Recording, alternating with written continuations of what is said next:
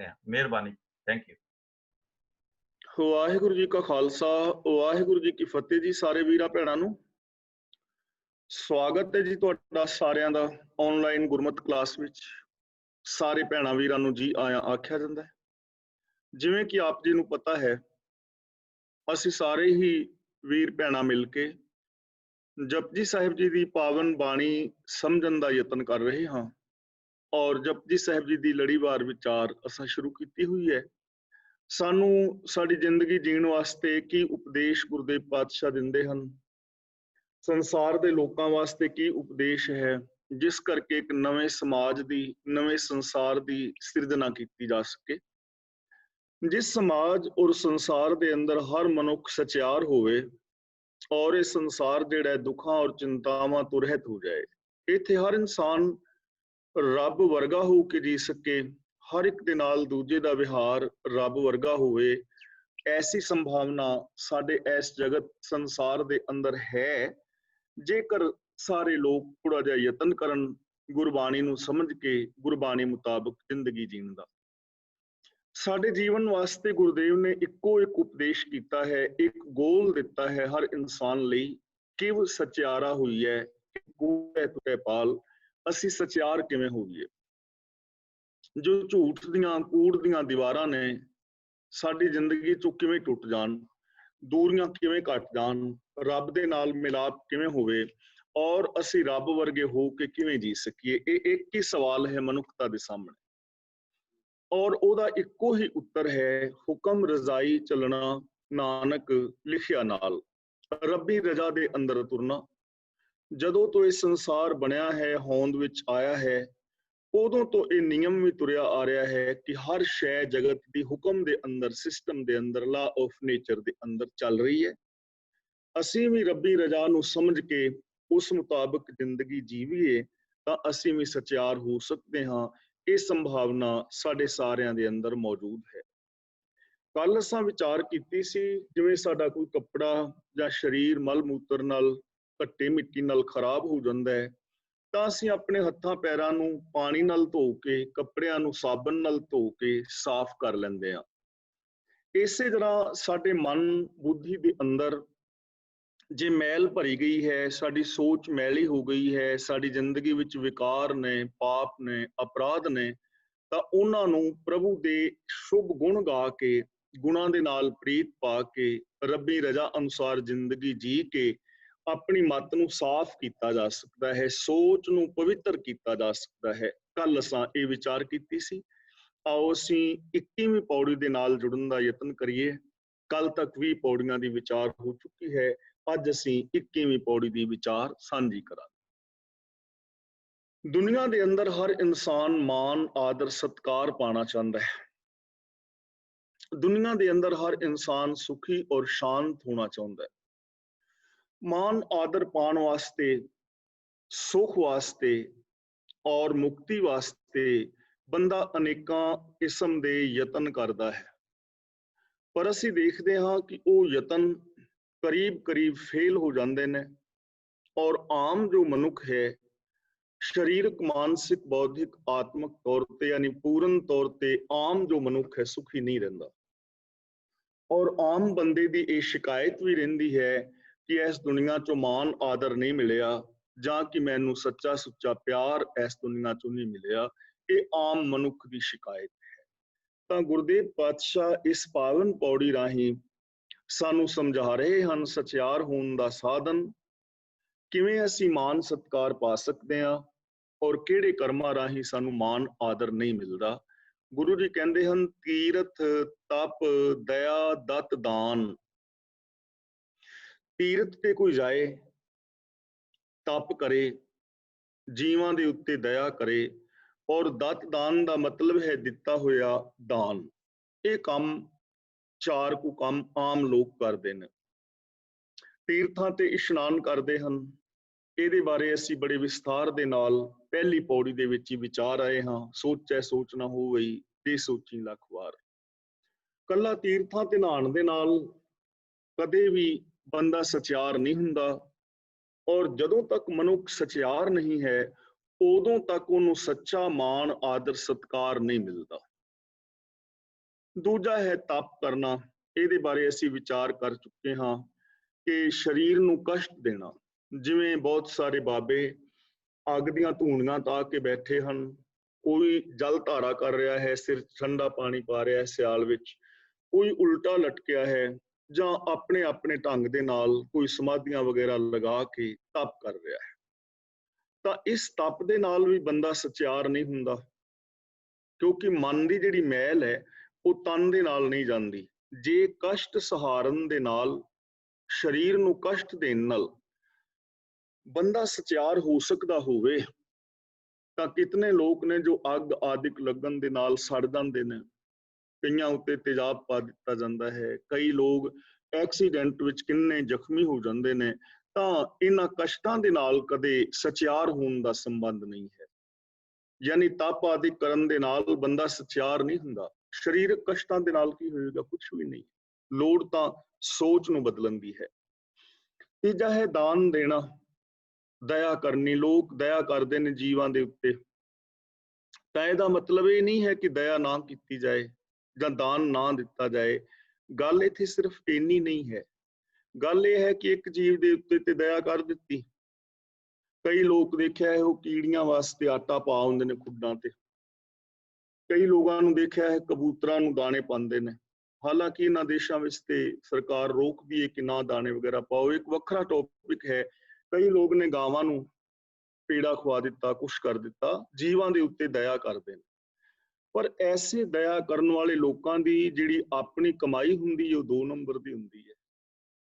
ਕਿਸੇ ਦਾ ਗਲਾ ਕੱਟਿਆ ਹੁੰਦਾ ਹੈ, ਕਿਸੇ ਮਨੁੱਖ ਦੀ ਉਹਨਾਂ ਨੇ ਪ੍ਰੋਪਰਟੀ ਦਬਾਈ ਹੁੰਦੀ ਹੈ, ਰਿਸ਼ਵਤਖੋਰੀ ਰਾਹੀਂ ਪੈਸਾ ਆਇਆ ਹੁੰਦਾ ਹੈ। ਤੇ ਜੇ ਐਸੇ ਧਨ ਦੇ ਨਾਲ ਬੰਦਾ ਥੋੜੇ ਜਿਹੇ ਦਾਣੇ ਕਬੂਤਰਾਂ ਨੂੰ ਪਾਵੇ ਤਾਂ ਉਹਦੇ ਨਾਲੋਂ ਸਚਿਆਰ ਨਹੀਂ ਹੋ ਚੱਲਿਆ। ਸੋਚ ਸੱਚੀ ਹੋਣੀ ਚਾਹੀਦੀ ਸੀ। ਇਸੇ ਤਰ੍ਹਾਂ ਦਾਨ ਹੈ। ਹੁਣ ਬੰਦਾ ਦਾਨ ਕਰੇ ਤਾਂ ਦਾਨ ਕਰਨ ਦੇ ਨਾਲ ਸਚਿਆਰਤਾ ਦਾ ਕੋਈ ਸੰਬੰਧ ਨਹੀਂ। ਦਾਨ ਮਲਕ ਭਾਗੋ ਵੀ ਕਰਦਾ ਸੀ। ਦਾਨ ਬੜੇ ਬੜੇ ਵੱਡੇ ਲੋਕ ਕਰਦੇ ਹਨ। ਇਹਦਾ ਮਤਲਬ ਇਹ ਨਹੀਂ ਕਿ ਸਾਰੇ ਲੋਕ ਗਲਤ ਨੇ। ਗੱਲ ਇਹ ਹੈ ਕਿ ਜੋ ਅਸੀਂ ਦਾਨ ਕਰ ਰਹੇ ਹਾਂ ਉਹਦੇ ਪਿੱਛੇ ਸਾਡੀ ਭਾਵਨਾ ਕੀ ਹੈ ਔਰ ਉਹਦੇ ਪਿੱਛੇ ਕਮਾਈ ਕੈਸੀ ਹੈ। ਜੇ ਹੁਣ ਅਸੀਂ ਦਾਨ ਕੀਤਾ, ਮੰਨ ਲਓ 1000 ਪਾਉਂਡ ਦਾਨ ਕੀਤਾ ਕਿਤੇ ਸੰਸਥਾ ਵਿੱਚ, ਕਿਤੇ ਵੀ, ਜਾਂ ਕਿਸੇ ਗਰੀਬ ਨੂੰ 1000 ਪਾਉਂਡ ਦਾਨ ਕੀਤਾ, ਲੇਕਿਨ ਜਿਹੜਾ 1,00,000 ਪਾਉਂਡ ਕਿਸੇ ਦਾ ਮਾਰਿਆ ਹੋਇਆ ਹੈ ਉਹਦੇ ਵਿੱਚੋਂ 1000 ਪਾਉਂਡ ਦਾਨ ਦੇ ਵੀ ਦਿਓ, ਤਾਂ ਉਹਦੇ ਨਾਲ ਕੀ ਫਰਕ ਪੈਣ ਵਾਲਾ ਹੈ। ਤਾਂ ਗੁਰੂ ਪਾਤਸ਼ਾਹ ਜੀ ਕਹਿੰਦੇ ਨੇ ਲੋਕ ਤੀਰਥਾਂ ਤੇ ਜਾਂਦੇ ਹਨ, ਤਪ ਕਰਦੇ ਹਨ, ਦਇਆ ਕਰਦੇ ਹਨ, ਦਿੱਤਾ ਹੋਇਆ ਦਾਨ ਆਦਿਕ ਦਿੰਦੇ ਹਨ, ਪਰ ਜੇ ਕੋ ਪਾਵੇ ਤਿਲ ਕਾ ਮਾਨ, ਇਹਨਾਂ ਦੇ ਨਾਲ ਜੇ ਕੋਈ ਪ੍ਰਾਪਤੀ ਹੋਏਗੀ ਤੇ ਤਿਲ ਜਿੰਨੀ ਹੋਏਗੀ, ਤੁੱਛ ਹੋਏਗੀ। ਇਹ ਕੋਈ ਬਹੁਤਾ ਮਾਨ ਨਹੀਂ ਹੋਣਾ। ਲੋਕ ਕਹਿ ਦੇਣਗੇ 4 ਦਿਨ, ਯਾਰ ਫਲਾਣੇ ਬੰਦੇ ਨੇ ਪੱਖਾ ਦਿੱਤਾ, ਫਲਾਂ ਬੰਦਾ ਗੁਰਦੁਆਰਾ ਸਾਹਿਬ 1000 ਪਾਉਂਡ ਦੇ ਗਿਆ, ਤੇ ਜਦੋਂ ਪਤਾ ਲੱਗੇਗਾ ਕਿ ਇੱਕ ਦਾ 1,00,000 ਮਾਰਿਆ ਵੀ ਹੈ ਤਾਂ ਉਹ ਫਿਰ ਸ਼ੋਭਾ ਨਹੀਂ ਹੋਵੇਗੀ ਨਾ ਉਹਦੀ।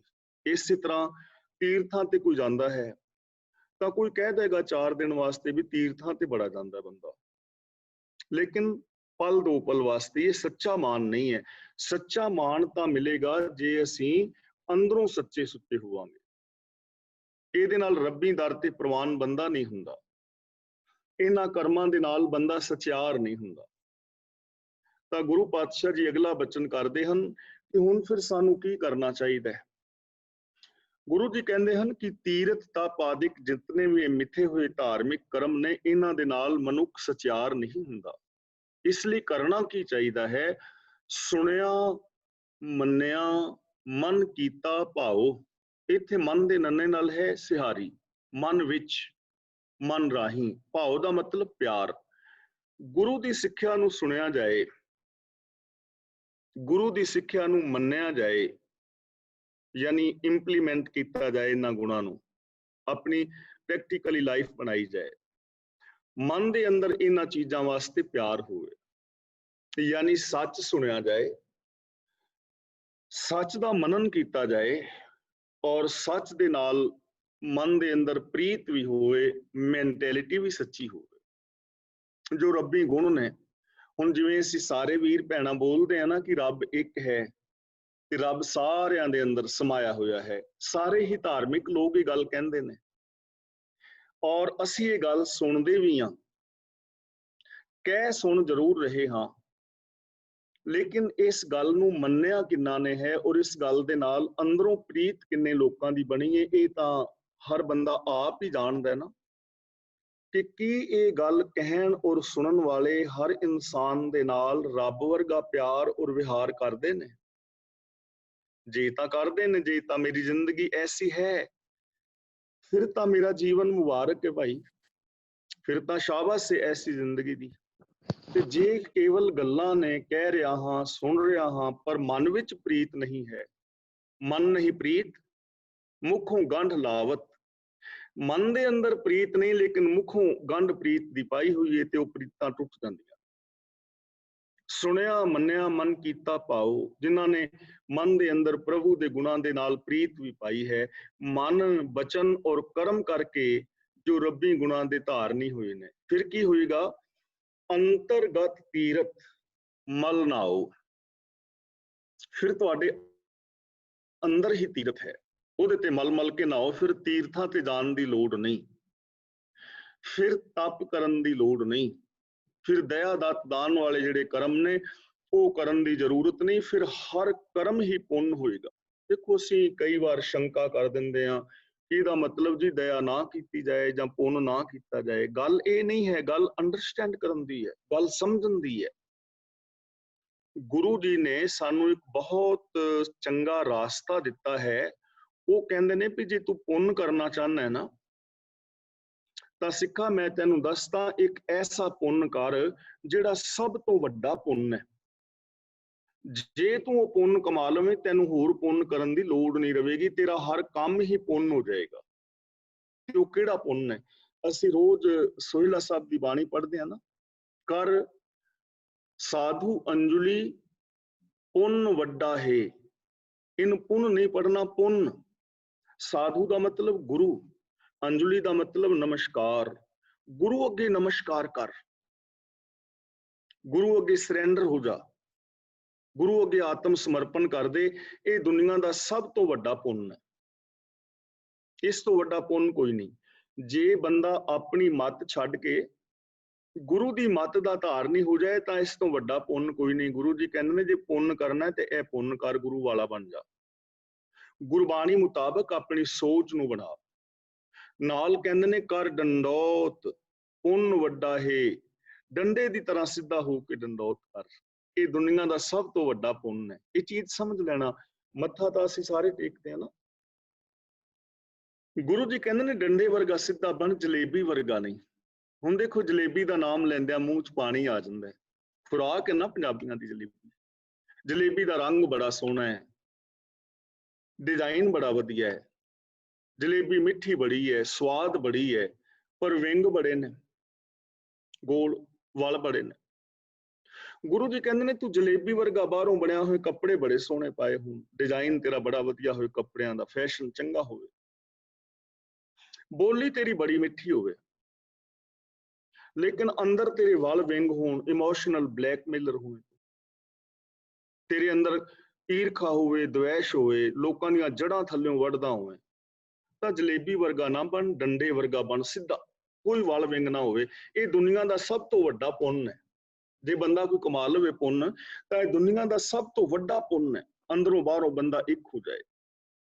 ਤਾਂ ਗੁਰੂ ਜੀ ਕਹਿੰਦੇ ਨੇ ਜੇ ਤੁਹਾਡੇ ਅੰਦਰ ਗੁਰੂ ਦੀ ਸਿੱਖਿਆ ਵਾਸਤੇ ਪ੍ਰੇਮ ਬਣ ਜਾਏ, ਤੁਸੀਂ ਗੁਰੂ ਦੀ ਪਾਵਨ ਬਾਣੀ ਨੂੰ ਮਨ ਕਰਕੇ ਸੁਣ ਲਓ, ਇਹਨੂੰ ਮਨ ਕਰਕੇ ਮੰਨ ਲਓ, ਤਾਂ ਫਿਰ ਅੰਦਰ ਹੀ ਤੀਰਥ ਹੈ। ਅੰਦਰਲੇ ਤੀਰਥ ਤੇ ਨਹਾਓ, ਇਹਨਾਂ ਗੁਣਾਂ ਦੇ ਅੰਦਰ ਆਪਣੀ ਮੱਤ ਦਾ ਇਸ਼ਨਾਨ ਕਰਾਓ। ਅੰਦਰਲੇ ਜਿਹੜੇ ਗੁਣ ਨੇ ਨਾ, ਇਹ ਗੁਣ ਹਰ ਇਨਸਾਨ ਦੇ ਅੰਦਰ ਮੌਜੂਦ ਨੇ। ਦੇਖੋ, ਮੇਰੇ ਵਿੱਚ ਵੀ ਇਹ ਸਾਰੇ ਗੁਣ ਮੌਜੂਦ ਨੇ, ਤੁਹਾਡੇ ਵਿੱਚ ਵੀ ਮੌਜੂਦ ਨੇ, ਦੁਨੀਆ ਦੇ ਹਰ ਇਸਤਰੀ ਪੁਰਸ਼ ਬੱਚੇ ਵਿੱਚ ਇਹ ਗੁਣ ਮੌਜੂਦ ਨੇ। ਕੋਈ ਹੱਥ ਖੜਾ ਕਰਕੇ ਸਾਡੇ ਚੋਂ ਨਹੀਂ ਕਹਿ ਸਕਦਾ ਕਿ ਮੇਰੇ ਵਿੱਚ ਇਹ ਗੁਣ ਨਹੀਂ, ਗੁਣ ਹੈ ਨੇ। ਹਾਂ, ਇਹ ਅਸੀਂ ਸਾਰੇ ਕਹਿ ਸਕਨੇ ਆ ਕਿ ਅਸੀਂ ਇਹਨਾਂ ਗੁਣਾਂ ਦਾ ਜਿਹੜਾ ਹੈ ਵਰਤੋਂ ਨਹੀਂ ਕਰਦੇ। ਸੱਚ ਦਾ ਸਾਨੂੰ ਪਤਾ ਹੈ ਵੀ ਸੱਚ ਵਰਤ ਨਹੀਂ ਰਹੇ, ਪ੍ਰੇਮ ਦਾ ਸਾਨੂੰ ਪਤਾ ਹੈ ਪਰ ਪ੍ਰੇਮ ਅਸੀਂ ਕਰ ਨਹੀਂ ਰਹੇ, ਇੱਕ ਵੱਖਰਾ ਟੌਪਿਕ ਹੈ। ਤਾਂ ਗੁਰੂ ਜੀ ਕਹਿੰਦੇ ਨੇ ਬਾਹਰਲੇ ਤੀਰਥ ਤਪ ਦਇਆ ਦਾ ਦਾਨ ਵਿਅਰਥ ਦੇ ਨੇ, ਇਹਨਾਂ ਨਾਲ ਰੰਚਕ ਮਾਤਰ ਮਾਣ ਤੁਹਾਨੂੰ ਮਿਲੇਗਾ, ਬਨਾਵਟੀ ਹੋਏਗਾ। ਇਹਨਾਂ ਦੀ ਕੋਈ ਵੈਲਿਊ ਨਹੀਂ ਹੈ। ਸਗੋਂ ਜੇ ਰੱਬੀ ਗੁਣਾਂ ਨੂੰ ਸੁਣਿਆ ਜਾਏ, ਮੰਨਿਆ ਜਾਏ, ਮਨ ਵਿੱਚ ਪ੍ਰੇਮ ਕੀਤਾ ਜਾਏ ਤਾਂ ਅੰਤਰ ਆਤਮੇ ਹੀ ਇਸ਼ਨਾਨ ਹੋ ਜਾਏਗਾ। ਤੁਹਾਡੇ ਵਿਕਾਰਾਂ ਦੀ ਮੈਲ ਧੁੱਪ ਜਾਏਗੀ, ਤੁਸੀਂ ਸੁਖੀ ਔਰ ਸ਼ਾਂਤ ਹੋ ਜਾਓਗੇ ਔਰ ਤੁਸੀਂ ਸਚਾਰ ਬਣ ਜਾਓਗੇ। ਅਗਲਾ ਬਚਨ ਕਰਦੇ ਨੇ, ਸਭ ਗੁਣ ਤੇਰੇ ਮੈਂ ਨਾਹੀ ਕੋਏ। हे ਪ੍ਰਭੂ, ਸਾਰੇ ਗੁਣ ਤੇਰੇ ਪੈਦਾ ਕੀਤੇ ਹੋਏ ਨੇ, ਤੇਰੇ ਵਿੱਚ ਸਾਰੇ ਗੁਣ ਨੇ। ਹੁਣ ਰੱਬ ਦੇ ਵਿੱਚ ਕੋਈ ਔਗਣ ਤਾਂ ਹੈ ਨਹੀਂ। ਰੱਬ ਤਾਂ ਗੁਣਾਂ ਦਾ ਸਾਗਰ ਹੈ, ਗੁਣ ਨਿਧਾਨ, ਗੁਣਾਂ ਦਾ ਖਜ਼ਾਨਾ ਹੈ, ਗੁਣਾਂ ਦਾ ਸਾਗਰ ਹੈ। ਰੱਬ ਵਿੱਚ ਔਗਣ ਕੋਈ ਨਹੀਂ, ਗੁਣ ਨੇ। ਸਾਰੇ ਗੁਣ ਉਸ ਰੱਬ ਨੇ ਪੈਦਾ ਕੀਤੇ ਨੇ। ਉਹ ਗੁਣ ਸਾਡੇ ਅੰਦਰ ਨੇ। ਅਸੀਂ ਸਾਰੇ ਰੱਬ ਦਾ ਰੂਪ ਹਾਂ, ਮਨ ਤੋਂ ਜੋਤ ਸਰੂਪ ਹੈ। ਇਹ ਪੋਸੀਬਿਲਿਟੀ ਸਾਡੇ ਸਾਰਿਆਂ ਵਿੱਚ ਹੈ। ਪਰ ਗੁਰੂ ਜੀ ਕਹਿੰਦੇ ਨੇ, ਮੈਂ ਨਾਹੀ ਕੋਏ, ਮੇਰੇ ਵਿੱਚ ਕੋਈ ਗੁਣ ਨਹੀਂ। ਕੋਈ ਗੁਣ ਨਹੀਂ ਦਾ ਮਤਲਬ ਕਿ ਮੈਂ ਇਹਨਾਂ ਗੁਣਾਂ ਨੂੰ ਵਰਤੋਂ ਵਿੱਚ ਨਹੀਂ ਲਿਆ ਰਿਹਾ, ਮੈਂ ਇਹਨਾਂ ਗੁਣਾਂ ਤੇ ਅਮਲ ਨਹੀਂ ਕਰ ਰਿਹਾ। ਸੱਚ ਦਾ ਮੈਨੂੰ ਪਤਾ ਹੈ ਪਰ ਮੈਂ ਸੱਚ ਬੋਲਦਾ ਨਹੀਂ। ਮਿੱਤਰਤਾ ਦਾ ਮੈਨੂੰ ਪਤਾ ਹੈ ਪਰ ਮੈਂ ਮਿੱਤਰਤਾ ਵਾਲਾ ਵਿਹਾਰ ਨਹੀਂ ਕਰਦਾ। ਦਇਆ ਮੇਰੇ ਅੰਦਰ ਹੈ ਲੇਕਿਨ ਦਇਆ ਮੈਂ ਕਿਸੇ ਦੇ ਨਾਲ ਦਇਆ ਵਾਲਾ ਵਿਹਾਰ ਨਹੀਂ ਕਰਦਾ। ਕਹਿਣ ਤੋਂ ਮੁਰਾਦ ਕਿ ਮੇਰੇ ਅੰਦਰ ਕੋਈ ਗੁਣ ਨਹੀਂ ਹਨ, ਮੈਂ ਇਹਨਾਂ ਗੁਣਾਂ ਦੀ ਵਰਤੋਂ ਨਹੀਂ ਕਰਦਾ। ਦੇਖੋ, ਅਸੀਂ ਰੋਜ਼ ਇਹ ਵਿਚਾਰਾਂ ਕਰ ਰਹੇ ਹਾਂ ਨਾ ਕਿ ਅੱਖਾਂ ਹੈ ਨੇ ਸਾਡੀਆਂ, ਹੁਣ ਇਹਨਾਂ ਨਾਲ ਵੇਖਣਾ ਹੈ। ਤੁਸੀਂ ਕੀ ਵੇਖਣਾ ਚਾਹੁੰਦੇ ਹੋ, ਤੁਹਾਡੀ ਮਰਜ਼ੀ। ਕੰਨਾਂ ਦੇ ਨਾਲ ਸੁਣਨਾ ਹੈ, ਇਹ ਤੁਹਾਨੂੰ ਬਹੁਤ ਮਹਾਨ ਵੀ ਬਣਾ ਸਕਦੇ ਨੇ, ਨੀਵਾਂ ਵੀ ਬਣਾ ਸਕਦੇ ਨੇ। ਜੈਸਾ ਸੁਣੋਗੇ ਬੋਲ। ਜ਼ਬਾਨ ਜਿਹੜੀ ਹੈ ਸਾਡੀ ਪ੍ਰੀਤ ਬਣਾ ਵੀ ਸਕਦੀ ਹੈ, ਤੋੜ ਵੀ ਸਕਦੀ ਹੈ। ਹੱਥ ਸਾਨੂੰ ਆਬਾਦ ਵੀ ਕਰ ਸਕਦੇ ਨੇ, ਬਰਬਾਦ ਵੀ ਕਰ ਸਕਦੇ ਨੇ। ਪੈਰ ਸਾਨੂੰ ਚੰਗੇ ਰਾਹ ਵੱਲ ਵੀ ਲੈ ਜਾਣਗੇ, ਮੰਦੇ ਵੱਲ ਵੀ। ਮਨ ਸਾਡਾ ਚੰਗਾ ਵੀ ਹੋ ਜਾਏਗਾ, ਮੰਦਾ ਵੀ। ਇਹ ਤੇ ਸਾਡੇ ਤੇ ਡਿਪੈਂਡ ਕਰੇਗਾ ਨਾ ਕਿ ਅਸੀਂ ਕੀ ਚਾਹੁੰਦੇ ਹਾਂ, ਸਾਡਾ ਗੋਲ ਕੀ ਹੈ, ਸਾਡਾ ਨਿਸ਼ਾਨਾ ਕੀ ਹੈ, ਸਾਡੀ ਮੰਜ਼ਿਲ ਕੀ ਹੈ, ਅਸੀਂ ਕੀ ਚਾਹੁੰਦੇ ਹਾਂ। ਸਭ ਗੁਣ ਤੇਰੇ ਮੈਂ ਨਾਹੀ ਕੋਏ। हे ਪ੍ਰਭੂ, ਸਾਰੇ ਗੁਣ ਤੇਰੇ ਪੈਦਾ ਕੀਤੇ ਹੋਏ ਨੇ, ਸਾਰੇ ਗੁਣ ਤੇਰੇ ਵਿੱਚ ਮੌਜੂਦ ਨੇ, ਪਰ ਮੇਰੇ ਅੰਦਰ ਕੋਈ ਗੁਣ ਨਹੀਂ, ਯਾਨੀ ਮੈਂ ਗੁਣਾਂ ਦੀ ਵਰਤੋਂ ਨਹੀਂ ਕਰਦਾ। ਗੁਰੂ ਜੀ ਕਹਿੰਦੇ ਹਨ, ਵਿਣ ਗੁਣ ਕੀਤੇ ਭਗਤ ਨਾ ਹੋਏ। ਬਿਨਾਂ ਗੁਣਾਂ ਨੂੰ ਧਾਰਨ ਕਰਨ ਤੋਂ ਭਗਤੀ ਤੇਰੀ ਹੋ ਨਹੀਂ ਸਕਦੀ। ਜੇ ਮੈਂ ਤੇਰੇ ਗੁਣਾਂ ਦਾ ਧਾਰਨੀ ਨਾ ਹੋਵਾਂ ਤਾਂ ਭਗਤੀ ਤਾਂ ਤੇਰੀ ਹੋ ਨਹੀਂ ਸਕਦੀ। ਤੇਰੇ ਨਾਲ ਪਿਆਰ ਥੋੜੀ ਹੋਵੇਗਾ, ਤੇਰੀ ਪ੍ਰਾਪਤੀ ਥੋੜੀ ਹੋਏਗੀ। ਜਿਹੜੀ ਕੂੜ ਦੀ ਦੀਵਾਰ ਹੈ ਉਹ ਟੁੱਟੇਗੀ ਥੋੜਾ। ਗੁਣਾਂ ਨੂੰ ਧਾਰਨ ਕਰਨ ਤੋਂ ਬਿਨਾਂ ਭਗਤੀ ਕੀ ਹੋਈ, ਕੁਛ ਵੀ ਨਾ।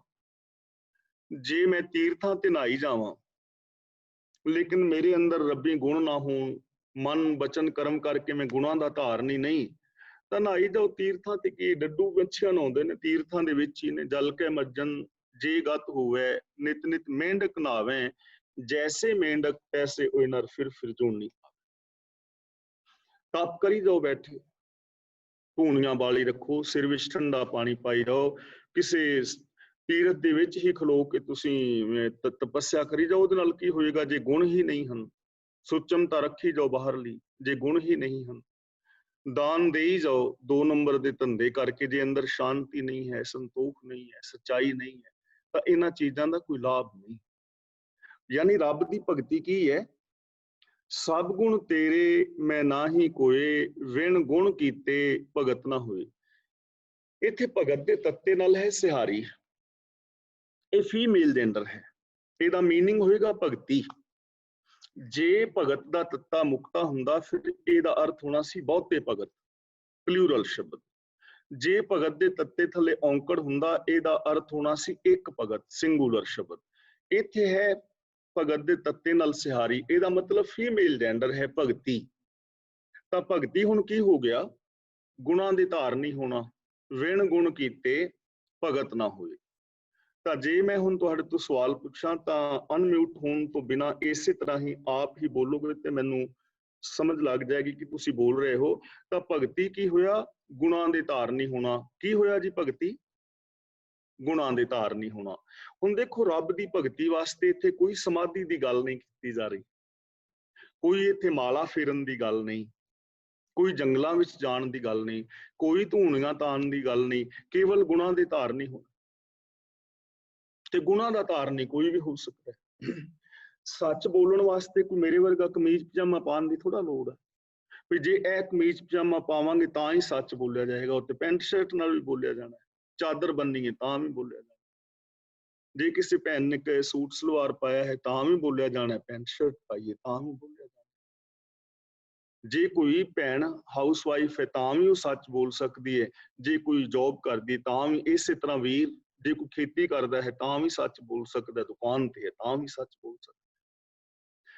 ਕੋਈ ਵੀ ਕਿਸੇ ਵੀ ਤਰ੍ਹਾਂ ਦਾ ਪਹਿਨਾਵਾ ਹੈ, ਕੋਈ ਵੀ ਤੁਸੀਂ ਜੌਬ ਕਰਦੇ ਹੋ ਤੇ ਪ੍ਰੇਮ ਦੇ ਨਾਲ ਰਹਿ ਸਕਦੇ ਸਾਰੇ, ਇਸੇ ਨੂੰ ਭਗਤੀ ਕਹਿੰਦੇ ਨੇ।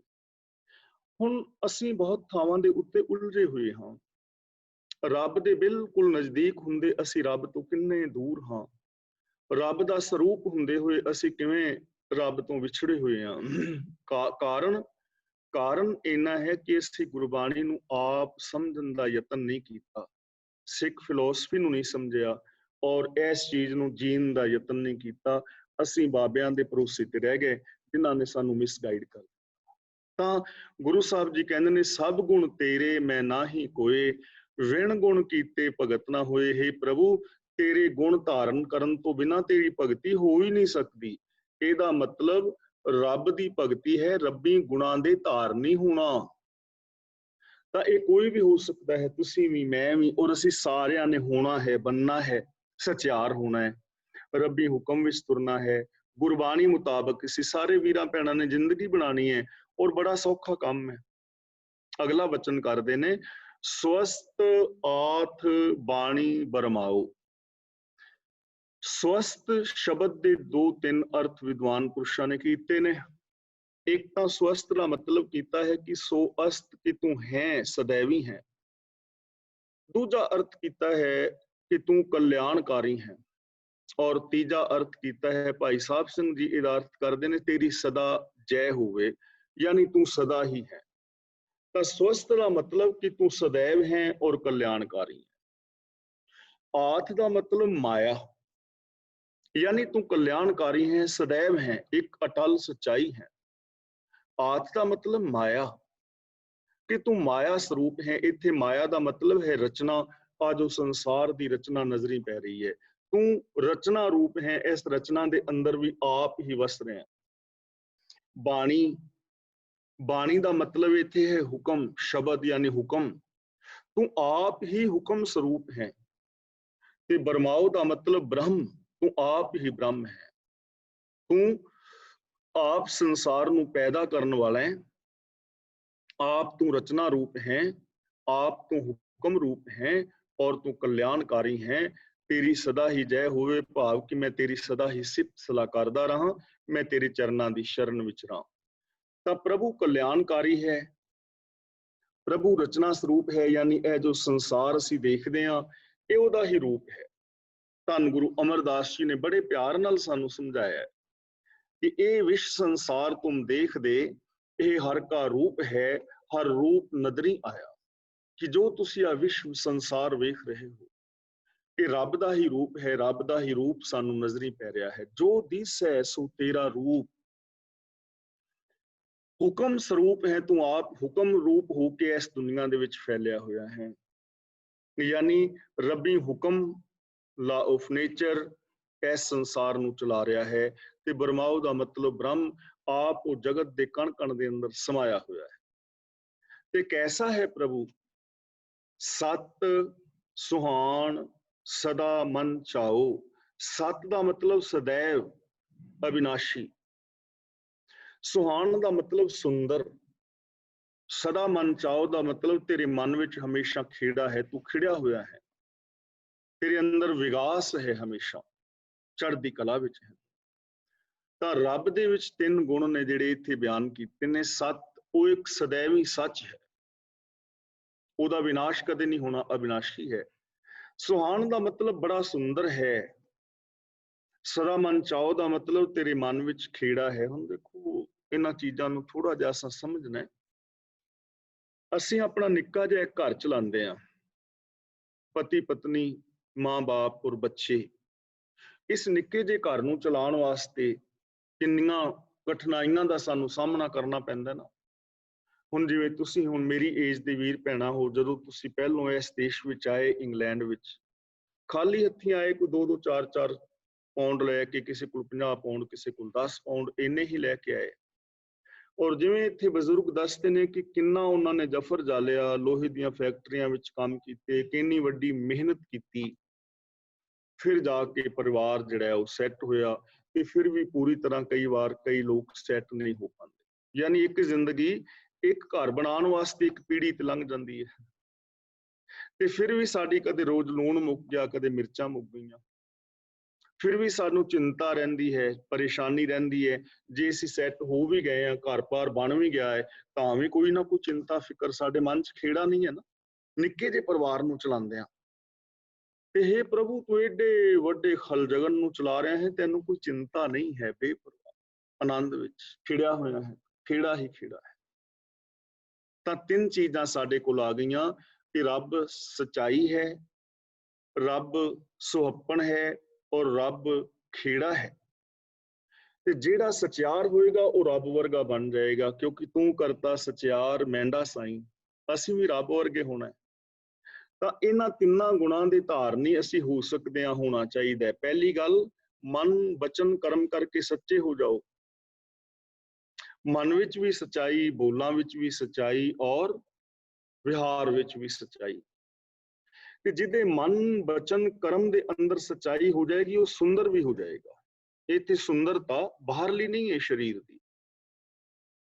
ਸਰੀਰ ਦੀ ਸੁੰਦਰਤਾ ਸਦਾ ਨਹੀਂ ਰਹਿਣੀ, ਉਮਰ ਦੇ ਨਾਲ ਸਾਰੀ ਜਿਹੜੀ ਸੁੰਦਰਤਾ ਹੈ ਉਹ ਜਾਂਦੀ ਰਹਿੰਦੀ ਹੈ। ਬਚਪਨ ਵਿੱਚ ਅਸੀਂ ਕਿੰਨੇ ਸੋਹਣੇ ਸੀ, ਜਵਾਨੀ ਵਿੱਚ ਸਾਨੂੰ ਆਪਣੀ ਸੁੰਦਰਤਾ ਤੇ ਮਾਣ ਸੀ, ਪਰ ਹੁਣ ਪੈ ਗਈਆਂ ਨਾ ਮੂੰਹ ਤੇ ਝੁਰੜੀਆਂ, ਅੱਖਾਂ ਅੰਦਰ ਵੜ ਰਹੀਆਂ ਨੇ, ਕੰਨ ਰਹਿ ਰਹੇ ਨੇ, ਚਸ਼ਮੇ ਲੱਗ ਗਏ ਨੇ, ਸੁੰਦਰਤਾ ਗਈ ਨਾ।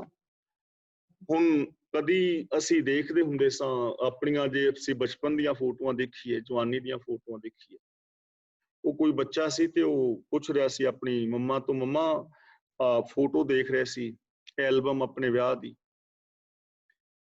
ਤੇ ਉਹ ਫੋਟੋ ਦੇਖਦਿਆਂ ਦੇਖਦਿਆਂ ਆਪਣੇ ਪਿਤਾ ਦੀ ਫੋਟੋ ਦੇਖੀ, ਕਹਿਣ ਲੱਗੇ ਮੰਮੀ ਆਹ ਕੌਣ ਨੇ? ਕਹਿਣ ਲੱਗੀ ਬੇਟੇ ਤੁਹਾਡੇ ਪਾਪਾ ਬੜੇ ਸੋਹਣੇ ਹੁੰਦੇ ਸੀ। ਕਹਿੰਦੇ ਅੱਛਾ ਪਾਪਾ ਇਹ ਨੇ? ਕਹਿੰਦੇ ਹਾਂ। ਕਹਿੰਦਾ ਫਿਰ ਗੰਜਾ ਸਾਡੇ ਘਰ ਕੌਣ ਰਹਿੰਦਾ ਹੈ? ਯਾਨੀ ਹੋ ਜਾਂਦੀ ਹੈ ਨਾ ਐਵੇਂ, ਗੰਜਾ ਹੋ ਜਾਂਦਾ ਬੱਚੇ ਨੂੰ ਜੇ ਵਿਖਾਈਏ ਤਾਂ ਫਿਰ ਨਹੀਂ ਨਾ ਪਛਾਣ ਪਾਉਂਦੇ। ਹੁਣ ਜੇ ਅਸੀਂ ਆਪਣੀਆਂ ਫੋਟੋਆਂ ਦੇਖੀਏ ਤਾਂ ਸੁੰਦਰਤਾ ਨੇ ਸਦਾ ਨਹੀਂ ਰਹਿਣਾ, ਲੇਕਿਨ ਇੱਕ ਮਾਨਸਿਕ ਸੁੰਦਰਤਾ ਹੈ ਉਹ ਸਦਾ ਰਹਿੰਦੀ ਹੈ। ਇੱਥੇ ਮਾਨਸਿਕਤਾ ਦੀ ਸੁੰਦਰਤਾ ਦੀ ਗੱਲ ਹੈ। ਇਹ ਮਨ ਸੁੰਦਰ ਆਪਣਾ, ਪਰ ਨਾਮ ਮਜੀਠੇ ਰੰਗ ਦੀ। ਜੇ ਅਸੀਂ ਸੱਚ ਨਾਲ, ਪ੍ਰੇਮ ਦੇ ਨਾਲ ਜੁੜੇ ਹੋਏ ਆ ਨਾ, ਤਾਂ ਨੈਣ ਨਕਸ਼ ਚੰਗੇ ਨਾਮ ਹੀ ਹੋਣਗੇ ਤੇ ਬੰਦਾ ਸੋਹਣਾ ਲੱਗਦਾ ਹੈ। ਤੇ ਜੇ ਸੱਚ ਨਹੀਂ, ਪ੍ਰੇਮ ਨਹੀਂ, ਤਾਂ ਫਿਰ ਬੰਦੇ ਦੇ ਨੈਣ ਨਕਸ਼ ਚੰਗੇ ਵੀ ਹੋਣ ਤੇ ਬੰਦਾ ਭੈਂਗਾ ਹੀ ਲੱਗਦਾ ਹੈ, ਭੈੜਾ ਹੀ ਲੱਗਦਾ ਹੈ। ਤਾਂ ਮਨ ਦੇ ਅੰਦਰ ਸੱਚਾਈ, ਮਨ ਬਚਨ ਕਰਮ ਕਰਕੇ ਸੱਚ ਦੇ ਧਾਰਨੀ ਹੋਣਾ ਹੈ, ਆਪਣੀ ਮਾਨਸਿਕਤਾ ਨੂੰ ਸੁੰਦਰ ਬਣਾਉਣਾ ਹੈ। ਤੇ ਜਦੋਂ ਮਾਨਸਿਕਤਾ ਸੁੰਦਰ ਹੋ ਗਈ, ਸਦਾ ਮਨ ਚਾਓ, ਫਿਰ ਖੇੜੇ ਦੇ ਅੰਦਰ ਬੰਦਾ ਰਹੇਗਾ, ਚੜ੍ਹਦੀ ਕਲਾ ਵਿੱਚ ਰਹਿਣਾ ਹੈ, ਨੈਗੇਟਿਵ ਨਹੀਂ ਸੋਚਣਾ। ਮੈਂ ਰੋਜ਼ ਇਹ ਬੇਨਤੀਆਂ ਕਰ ਰਿਹਾ, ਕਦੇ ਆਪਣੇ ਆਪ ਨੂੰ ਕੋਹਣਾ ਨਹੀਂ ਕਿ ਮੈਂ ਕੁਛ ਨਹੀਂ, ਮੈਂ ਇਹ ਨਹੀਂ ਉਹ ਨਹੀਂ, ਕੋਹਣਾ ਨਹੀਂ, ਚੜ੍ਹਦੀ ਕਲਾ ਵਿੱਚ ਰਹਿਣਾ ਹੈ। ਕਿਉਂਕਿ ਰੱਬ ਦਾ ਇਹ ਸੰਸਾਰ ਬੜਾ ਸੋਹਣਾ ਹੈ, ਇੱਥੇ ਅਨੰਤ ਦਾਤਾਂ ਨੇ, ਇੱਥੇ ਵਿਕਾਸ ਦੀਆਂ ਅੰਤ ਸੰਭਾਵਨਾਵਾਂ ਨੇ, ਮੇਰੇ ਅੰਦਰ ਅਨੰਤ ਗੁਣ ਨੇ, ਮੇਰੀ ਜ਼ਿੰਦਗੀ ਠੀਕ ਰਾਹਾਂ ਤੇ ਜਾ ਰਹੀ ਹੈ, ਮੈਂ ਬਹੁਤ ਕੁਛ ਪਾ ਸਕਦਾ ਹਾਂ, ਰੱਬ ਦੀਆਂ ਰਹਿਮਤਾਂ ਚਾਰ ਚਫੇਰੇ ਬਰਸ ਰਹੀਆਂ ਨੇ, ਚੜ੍ਹਦੀ ਕਲਾ ਵਿੱਚ ਰਹਿਣਾ ਹੈ। ਆਗਾ ਹੂੰ ਕੁਤਰਾਗ, ਪਿੱਛਾ ਫੇਰ ਨਾ ਮੁੜਦਾ।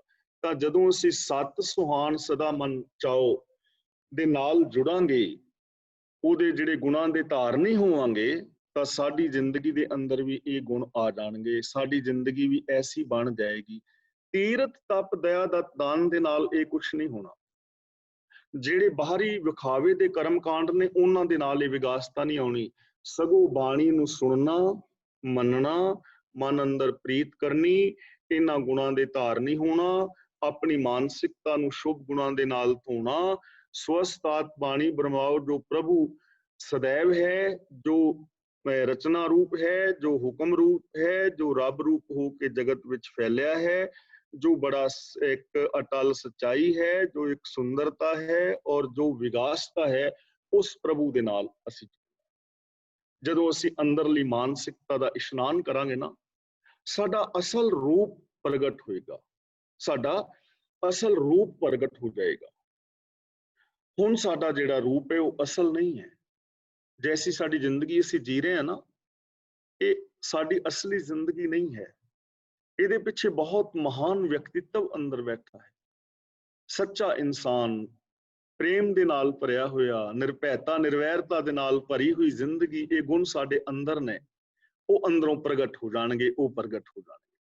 ਹੁਣ ਅਗਲਾ ਬਚਨ ਕਰਦੇ ਨੇ, ਕਵਣ ਸੁਵੇਲਾ ਵਖਤ ਕਵਣ, ਕਵਣ ਥਿਤ ਕਵਣ ਵਾਰ। ਕਵਣ ਸੁਵੇਲਾ, ਹੁਣ ਵੇਲਾ ਜਿਹੜਾ ਹੈ ਨਾ, ਕਿਹੜਾ ਸਮਾਂ ਸੀ ਉਹ। ਵਖਤ ਕਵਣ, ਟਾਈਮ ਕਿਹੜਾ ਸੀ। ਦੇਖੋ ਵੇਲਾ ਵੀ ਔਰ ਵਕਤ ਵੀ ਦੋਵੇਂ ਇੱਕੋ ਹੀ ਚੀਜ਼ਾਂ ਨੇ ਨਾ। ਇਹਦਾ ਰੀਜ਼ਨ ਕੀ ਹੈ? ਕਿਉਂਕਿ ਮੁਸਲਮਾਨ ਵੀਰ ਕਹਿੰਦੇ ਨੇ ਵਕਤ, ਤੇ ਇਸ ਲਈ ਇੱਥੇ ਸ਼ਬਦ ਵਰਤਿਆ ਹੈ ਵਕਤ। ਹਿੰਦੂ ਵੀਰ ਕਹਿੰਦੇ ਨੇ ਵੇਲਾ, ਸ਼ਬਦ ਵਰਤਿਆ ਹੈ ਵੇਲਾ। ਬਾਣੀ ਸਾਰਿਆਂ ਵਾਸਤੇ ਸਾਂਝੀ ਹੈ ਨਾ।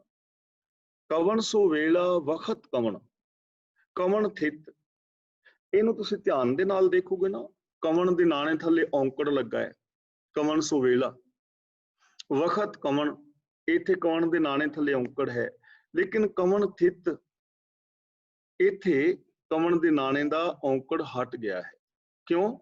ਕਿਉਂਕਿ ਇੱਥੇ ਫੀਮੇਲ ਜੈਂਡਰ ਆ ਗਿਆ ਨਾ, ਤਿਥੀ ਫੀਮੇਲ ਜੈਂਡਰ ਹੈ, ਇਸ ਲਈ ਕਵਣ ਨੂੰ ਫੀਮੇਲ ਬਣਾਉਣ ਵਾਸਤੇ ਔਂਕੜ ਹਟਾ ਦਿੱਤਾ ਗਿਆ ਹੈ।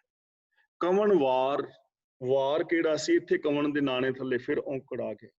ਤਾਂ ਗੁਰੂ ਜੀ ਕਹਿੰਦੇ ਨੇ ਵੇਲਾ ਕਿਹੜਾ ਸੀ, ਵਕਤ ਕਿਹੜਾ ਸੀ, ਥਿਤ ਕਿਹੜੀ ਸੀ, ਵਾਰ ਕਿਹੜਾ ਸੀ। ਕਵਣ ਸੇ ਰੁੱਤੀ, ਰੁੱਤ ਕਿਹੜੀ ਸੀ। ਮਾਹ ਕਵਣ, ਮਹੀਨਾ ਕਿਹੜਾ ਸੀ। ਜਿਤ ਹੁਆ ਆਕਾਰ, ਜਦੋਂ ਆ ਸੰਸਾਰ ਪੈਦਾ ਹੋਇਆ, ਜਦੋਂ ਆ ਆਕਾਰ ਹੋਂਦ ਵਿੱਚ ਆਇਆ, ਜਦੋਂ ਨਿਰਾਕਾਰ ਸਾਕਾਰ ਹੋਇਆ, ਜਦੋਂ ਨਿਰੰਕਾਰ ਆਕਾਰ ਰੂਪ ਵਿੱਚ ਆਇਆ, ਜਦੋਂ ਇਹ ਸੰਸਾਰ ਹੋਂਦ ਵਿੱਚ ਆਇਆ, ਕਿਹੜਾ ਟਾਈਮ ਸੀ ਉਦੋਂ, ਕਿਹੜਾ ਵਕਤ ਸੀ, ਕਿਹੜੀ ਥਿਤ ਸੀ, ਕਿਹੜਾ ਵਾਰ ਸੀ, ਕਿਹੜਾ ਮਹੀਨਾ ਸੀ, ਕਿਹੜੀ ਰੁੱਤ ਸੀ, ਕੀ ਦੱਸੋਗੇ? ਕੋਈ ਦੱਸ ਸਕਦਾ ਹੈ? ਨਹੀਂ, ਕਿਉਂਕਿ ਉਦੋਂ ਵਾਰ ਥਿਤ ਹੈ ਹੀ ਨਹੀਂ ਸੀ।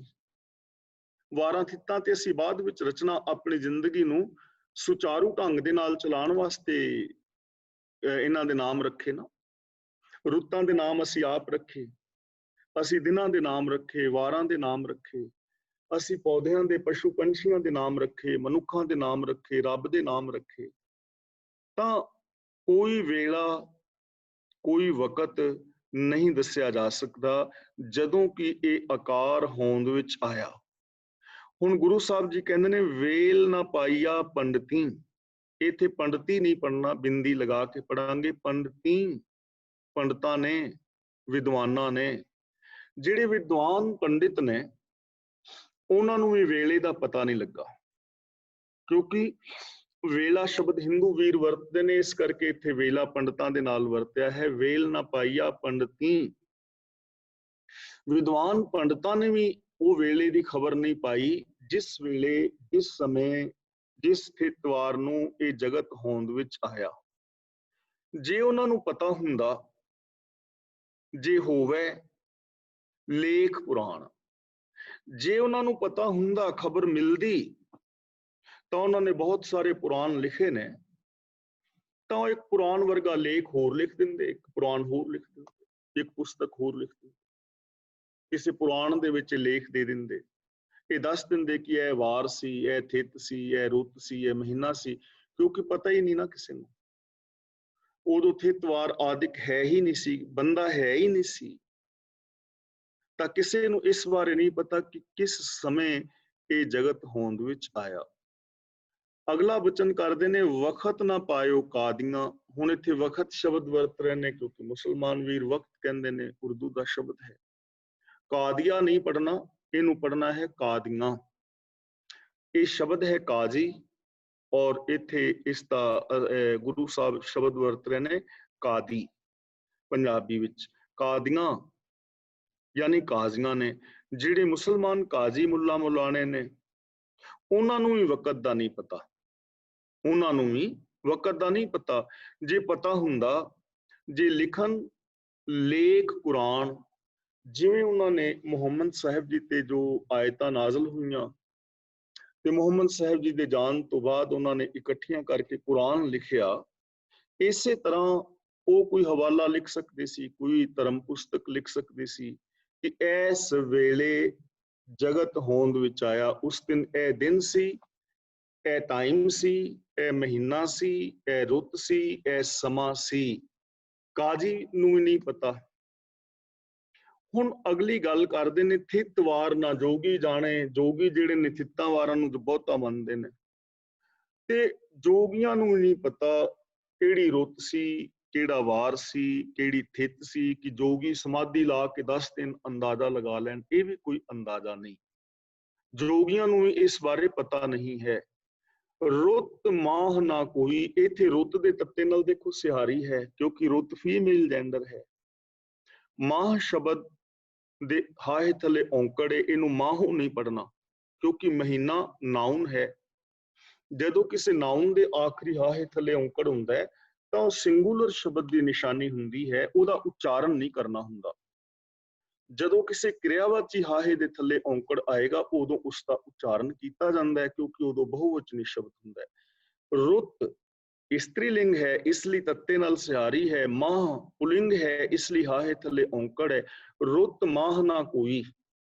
ਹੋਰ ਕੋਈ ਵੀ ਇਸ ਜਗਤ ਦੇ ਅੰਦਰ ਇਹ ਨਹੀਂ ਜਾਣਦਾ ਕਿ ਜਦੋਂ ਜਗਤ ਹੋਂਦ ਵਿੱਚ ਆਇਆ ਉਦੋਂ ਰੁੱਤ ਕਿਹੜੀ ਸੀ ਔਰ ਮਹੀਨਾ ਕਿਹੜਾ ਸੀ। ਨਾ ਪੰਡਿਤ ਵਿਦਵਾਨ ਪੰਡਤਾਂ ਨੂੰ ਪਤਾ ਹੈ, ਨਾ ਕਾਜ਼ੀ ਮੁੱਲਾ ਮੁਲਾਣਿਆਂ ਨੂੰ ਪਤਾ ਹੈ, ਨਾ ਜੋਗੀਆਂ ਨੂੰ ਥਿੱਤਵਾਰ ਦਾ ਪਤਾ ਹੈ, ਤੇ ਨਾ ਹੀ ਹੋਰ ਕੋਈ ਬੰਦਾ ਦੱਸ ਸਕਦਾ ਹੈ ਕਿ ਕਿਹੜਾ ਰੁੱਤ ਮਹੀਨਾ ਸੀ। ਹੁਣ ਗੁਰੂ ਸਾਹਿਬ ਜੀ ਕਹਿੰਦੇ ਨੇ, ਜਾ ਕਰਤਾ ਸਿਰਠੀ ਕੋ ਸਾਜੇ, ਆਪੇ ਜਾਣੈ ਸੋਈ। ਜਾ ਕਰਤਾ ਦਾ ਮਤਲਬ ਜਿਹੜਾ ਕਰਤਾ, ਸਿਰਠੀ ਦਾ ਮਤਲਬ ਸ੍ਰਿਸ਼ਟੀ। ਇਹਨੂੰ ਸ੍ਰਿਸ਼ਟੀ ਨਹੀਂ ਪੜਨਾ, ਸਿਰਠੀ ਪੜਨਾ ਹੈ, ਪਰ ਸਿਰਠੀ ਦਾ ਮਤਲਬ ਹੈ ਸ੍ਰਿਸ਼ਟੀ, ਜਗਤ ਰਚਨਾ। ਜਿਸਨੇ ਇਸ ਸ੍ਰਿਸ਼ਟੀ ਨੂੰ ਸਾਜਿਆ ਹੈ, ਜੋ ਸਾਜਦਾ ਹੈ, ਆਪੇ ਜਾਣੈ ਸੋਈ, ਉਹ ਸਾਰ ਲੈਣ ਵਾਲਾ ਪ੍ਰਭੂ ਆਪ ਹੀ ਜਾਣਦਾ ਹੈ। ਆਪ ਹੀ ਕਿ ਕਦੋਂ ਇਹ ਕਾਰ ਹੋਂਦ ਵਿੱਚ ਆਇਆ।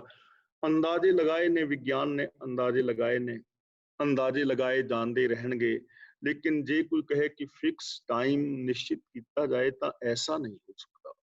ਤਾਂ ਆਪ ਹੀ ਜਾਣਦਾ ਹੈ, ਯਾਨੀ ਕਿ ਇਹਦਾ ਅੰਤ ਨਹੀਂ ਪਾਇਆ ਜਾ ਸਕਦਾ। ਦਿਨ ਵਾਰ ਮਹੀਨਾ ਕੋਈ ਨਿਸ਼ਚਿਤ ਕੀਤਾ ਨਹੀਂ ਜਾ ਸਕਦਾ, ਕਿਉਂਕਿ ਉਦੋਂ ਦਿਨ ਵਾਰ ਮਹੀਨਾ ਆਦਿਕ ਸਮਾਂ ਹੈ ਨਹੀਂ ਸੀ। ਸਮਾਂ ਉਦੋਂ ਬਣਦਾ ਹੈ ਜਦੋਂ ਇਹ ਜਗਤ ਹੋਂਦ ਵਿੱਚ ਆਉਂਦਾ ਹੈ। ਉਸ ਤੋਂ ਬਾਅਦ ਜਦੋਂ ਬਦਲਾਵ ਹੋਵੇ, ਤੇ ਜਦ ਬਦਲਾਵ ਹੀ ਨਹੀਂ ਤੇ ਸਮਾਂ ਕਾਹਦਾ।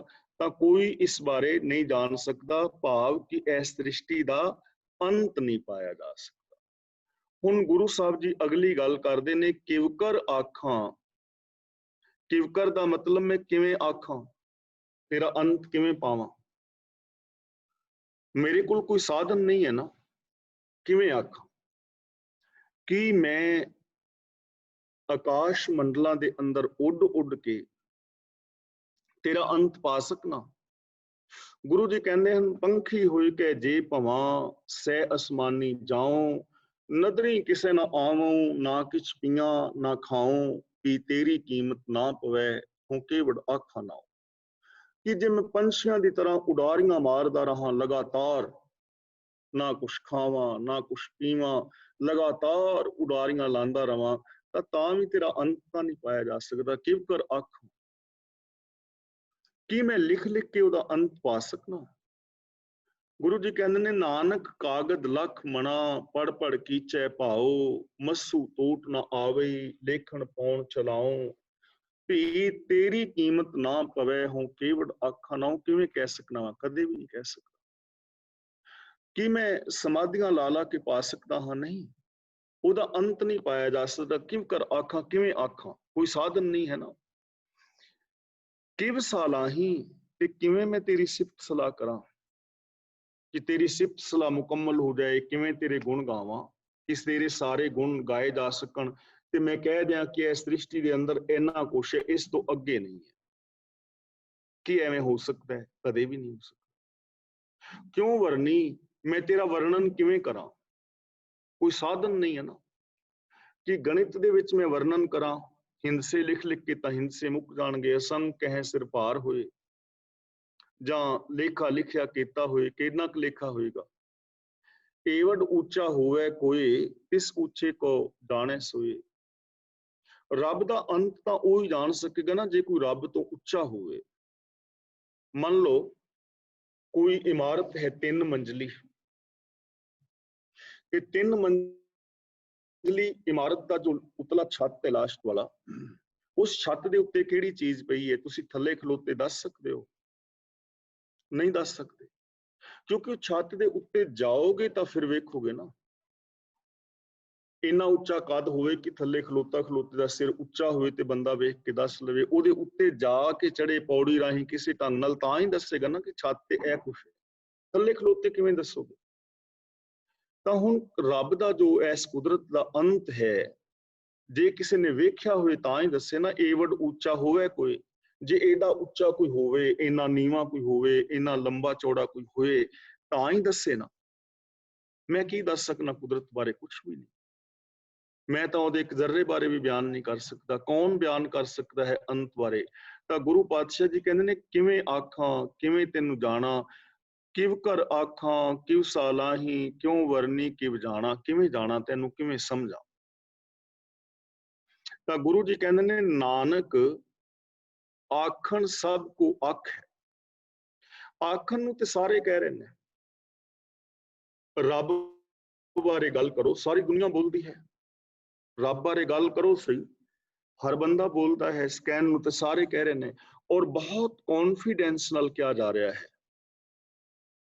ਇੱਕ ਬੰਦਾ ਰੱਬ ਬਾਰੇ ਇੰਨੇ ਕੌਨਫੀਡੈਂਸ ਦੇ ਨਾਲ ਬੋਲਦਾ ਹੈ ਕਿ ਉਹਦੇ ਬੋਲਾਂ ਤੋਂ ਇੰਜ ਪਤਾ ਲੱਗਦਾ ਵੀ ਰੱਬ ਜਿਵੇਂ ਇਹਨਾਂ ਦੇ ਘਰ ਆਣ ਕੇ ਨਾਈਟ ਸਟੇ ਕਰਦਾ ਹੈ, ਸਾਰਾ ਦਿਨ ਕੰਮਕਾਰ ਕਰਕੇ ਇੱਥੇ ਇਸ਼ਨਾਨ ਪਾਨ ਕਰਕੇ ਫਿਰ ਲੰਗਰ ਪਾਣੀ ਛਕ ਕੇ ਇਹਨਾਂ ਨੂੰ ਸਾਰਾ ਕੁਝ ਦੱਸਦਾ ਵੀ ਅੱਜ ਮੈਂ ਇਹ ਕੁਝ ਕੀਤਾ।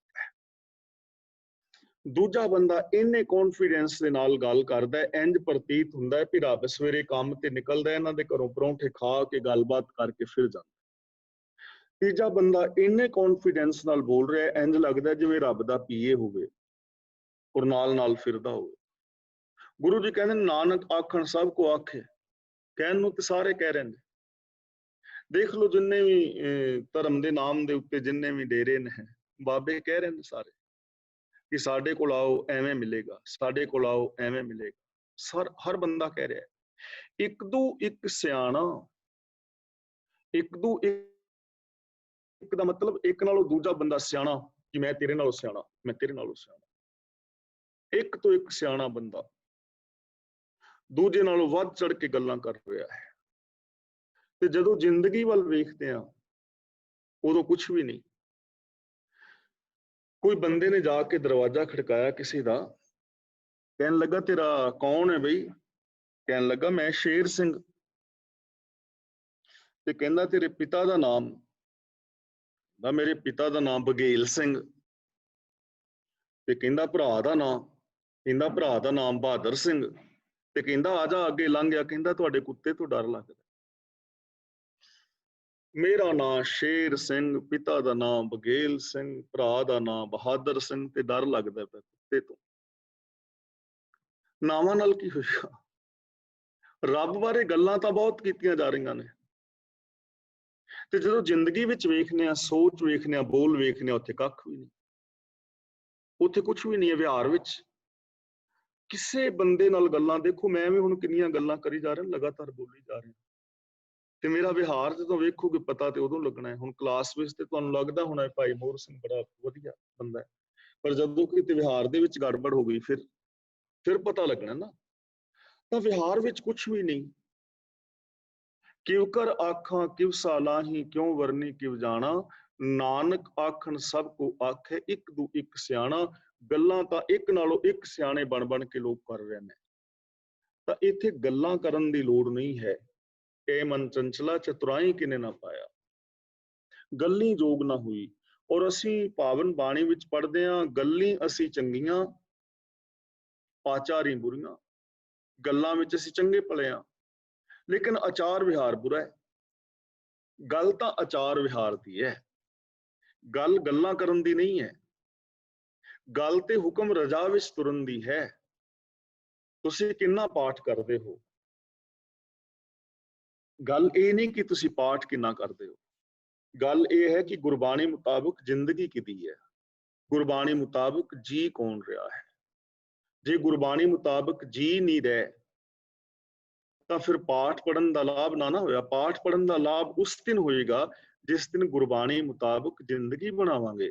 ਇਸ ਲਈ ਗੁਰਦੇਵ ਪਾਤਸ਼ਾਹ ਸਾਨੂੰ ਸਮਝਾ ਰਹੇ ਨੇ, ਵੱਡਾ ਸਾਹਿਬ ਵੱਡੀ ਨਾਈ।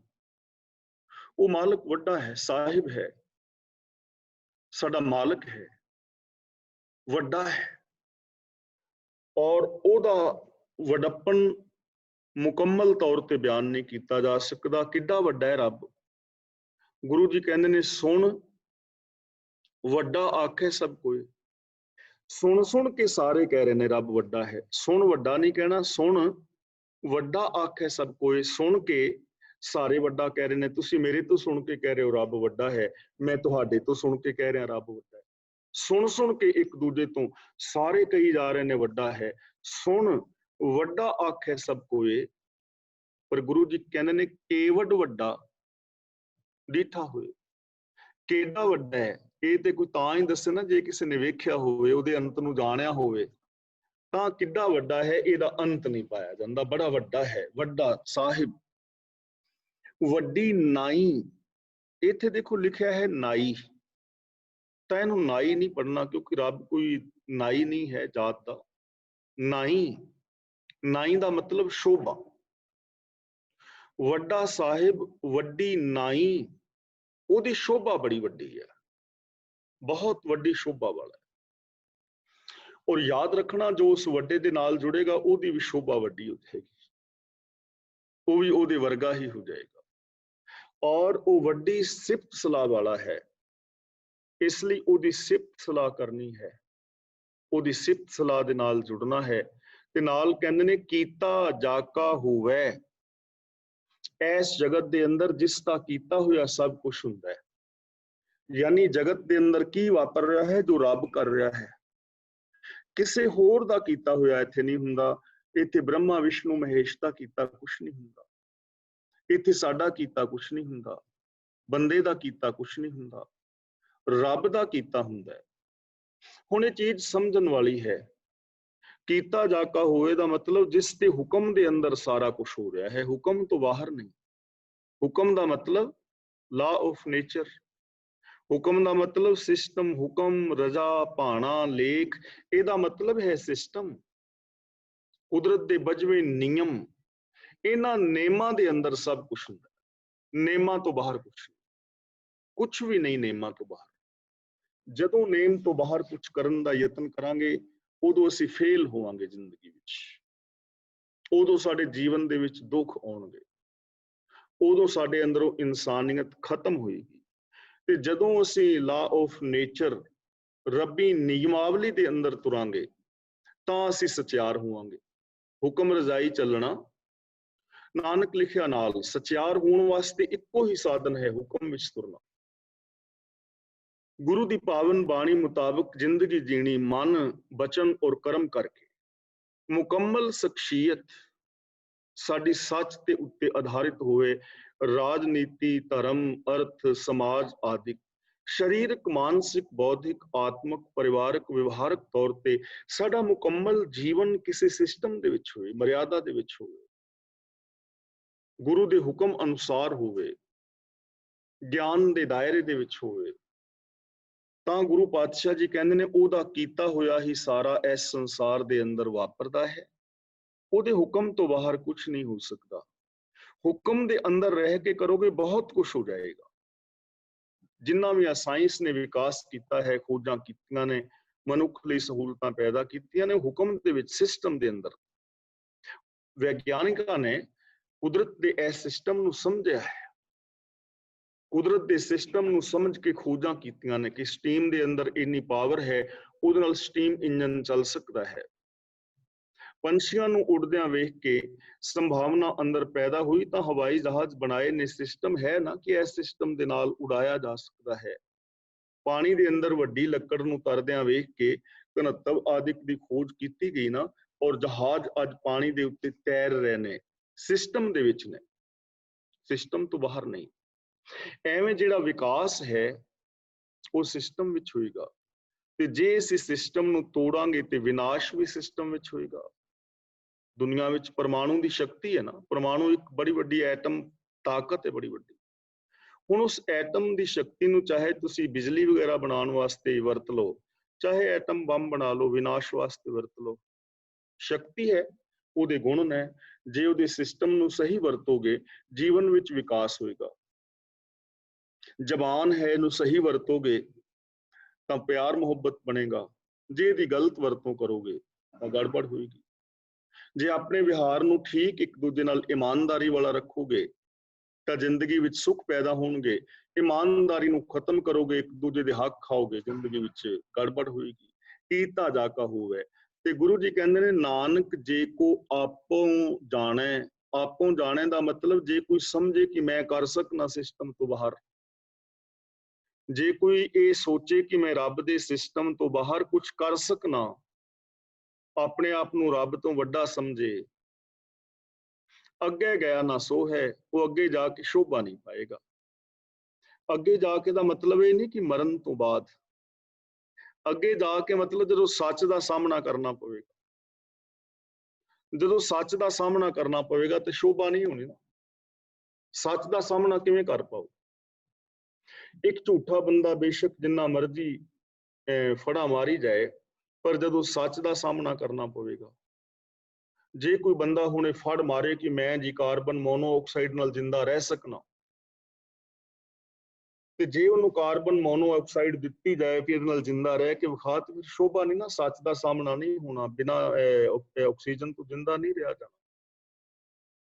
ਜੇ ਕੋਈ ਕਵੇ ਕਿ ਮੈਂ ਬਿਨਾਂ ਸਿਲੰਡਰ ਵਗੈਰਾ ਲੈਣ ਤੋਂ ਪਾਣੀ ਦੇ ਵਿੱਚ 2-4 ਦਿਨ ਰਹਿ ਸਕਣਾ, ਜਿਵੇਂ ਮੱਛੀਆਂ ਰਹਿੰਦੀਆਂ ਨੇ, ਤਾਂ ਫਿਰ ਉਹਨੂੰ ਝੂਠਾ ਹੋਣਾ ਪੈਣਾ, ਨਹੀਂ ਨਾ ਰਿਹਾ ਜਾਣਾ, ਨਹੀਂ ਰਿਹਾ ਜਾਣਾ ਨਾ।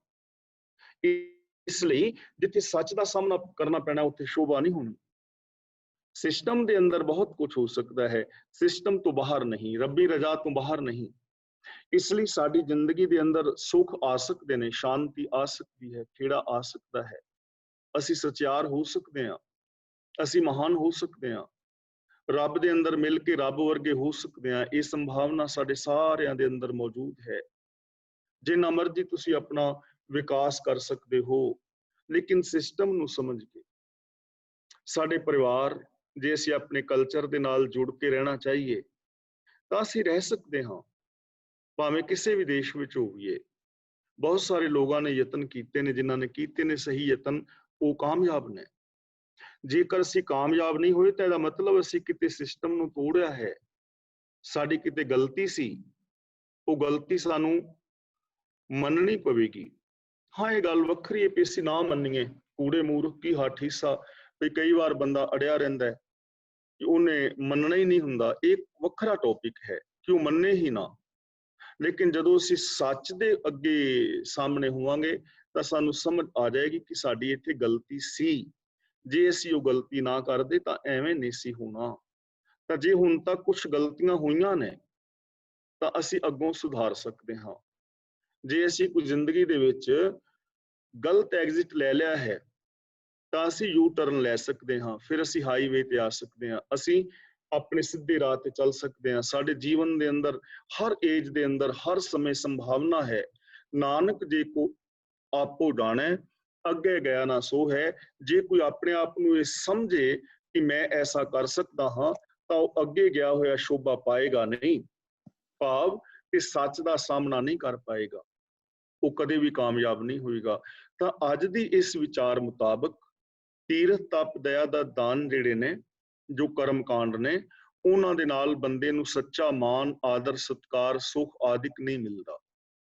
ਰੱਬ ਦੀ ਭਗਤੀ ਹੈ ਰੱਬ ਦੇ ਗੁਣਾਂ ਦੇ ਧਾਰਨੀ ਹੋਣਾ। ਇਹ ਚੀਜ਼ ਨੋਟ ਕਰ ਲਓ ਕਿ ਸਾਨੂੰ 21ਵੀਂ ਪੌੜੀ ਦੇ ਅੰਦਰ ਭਗਤੀ ਦੀ ਜਾਂਚ ਦੱਸੀ ਜਾ ਰਹੀ ਹੈ ਕਿ ਜੋ ਰੱਬ ਦੀ ਭਗਤੀ ਕੀ ਹੈ, ਰੱਬ ਦੇ ਗੁਣਾਂ ਦੇ ਧਾਰਨੀ ਹੋਣਾ ਹੀ ਰੱਬ ਦੀ ਭਗਤੀ ਹੈ। ਗੁਣਾਂ ਰਾਹੀਂ ਅਸੀਂ ਸੱਚ ਨਾਲ ਜੁੜਾਂਗੇ, ਸਾਡੀ ਮਾਨਸਿਕਤਾ ਸੁੰਦਰ ਹੋਏਗੀ। ਮਾਨਸਿਕਤਾ ਸੁੰਦਰ ਹੋਏਗੀ ਤਾਂ ਅਸੀਂ ਖੇੜੇ ਦੇ ਅੰਦਰ ਆਵਾਂਗੇ।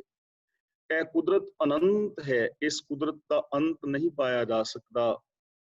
ਔਰ ਆਖਣ ਨੂੰ ਤਾਂ ਇੱਕ ਤੋਂ ਇੱਕ ਸਿਆਣਾ ਹੈ, ਇਹ ਗੱਲ ਵੱਖਰੀ ਹੈ, ਲੇਕਿਨ ਕਦੇ ਵੀ ਕੋਈ ਕੁਦਰਤੀ ਨਿਯਮਾਂ ਤੋਂ ਬਾਹਰ ਨਹੀਂ ਜਾ ਸਕਦਾ।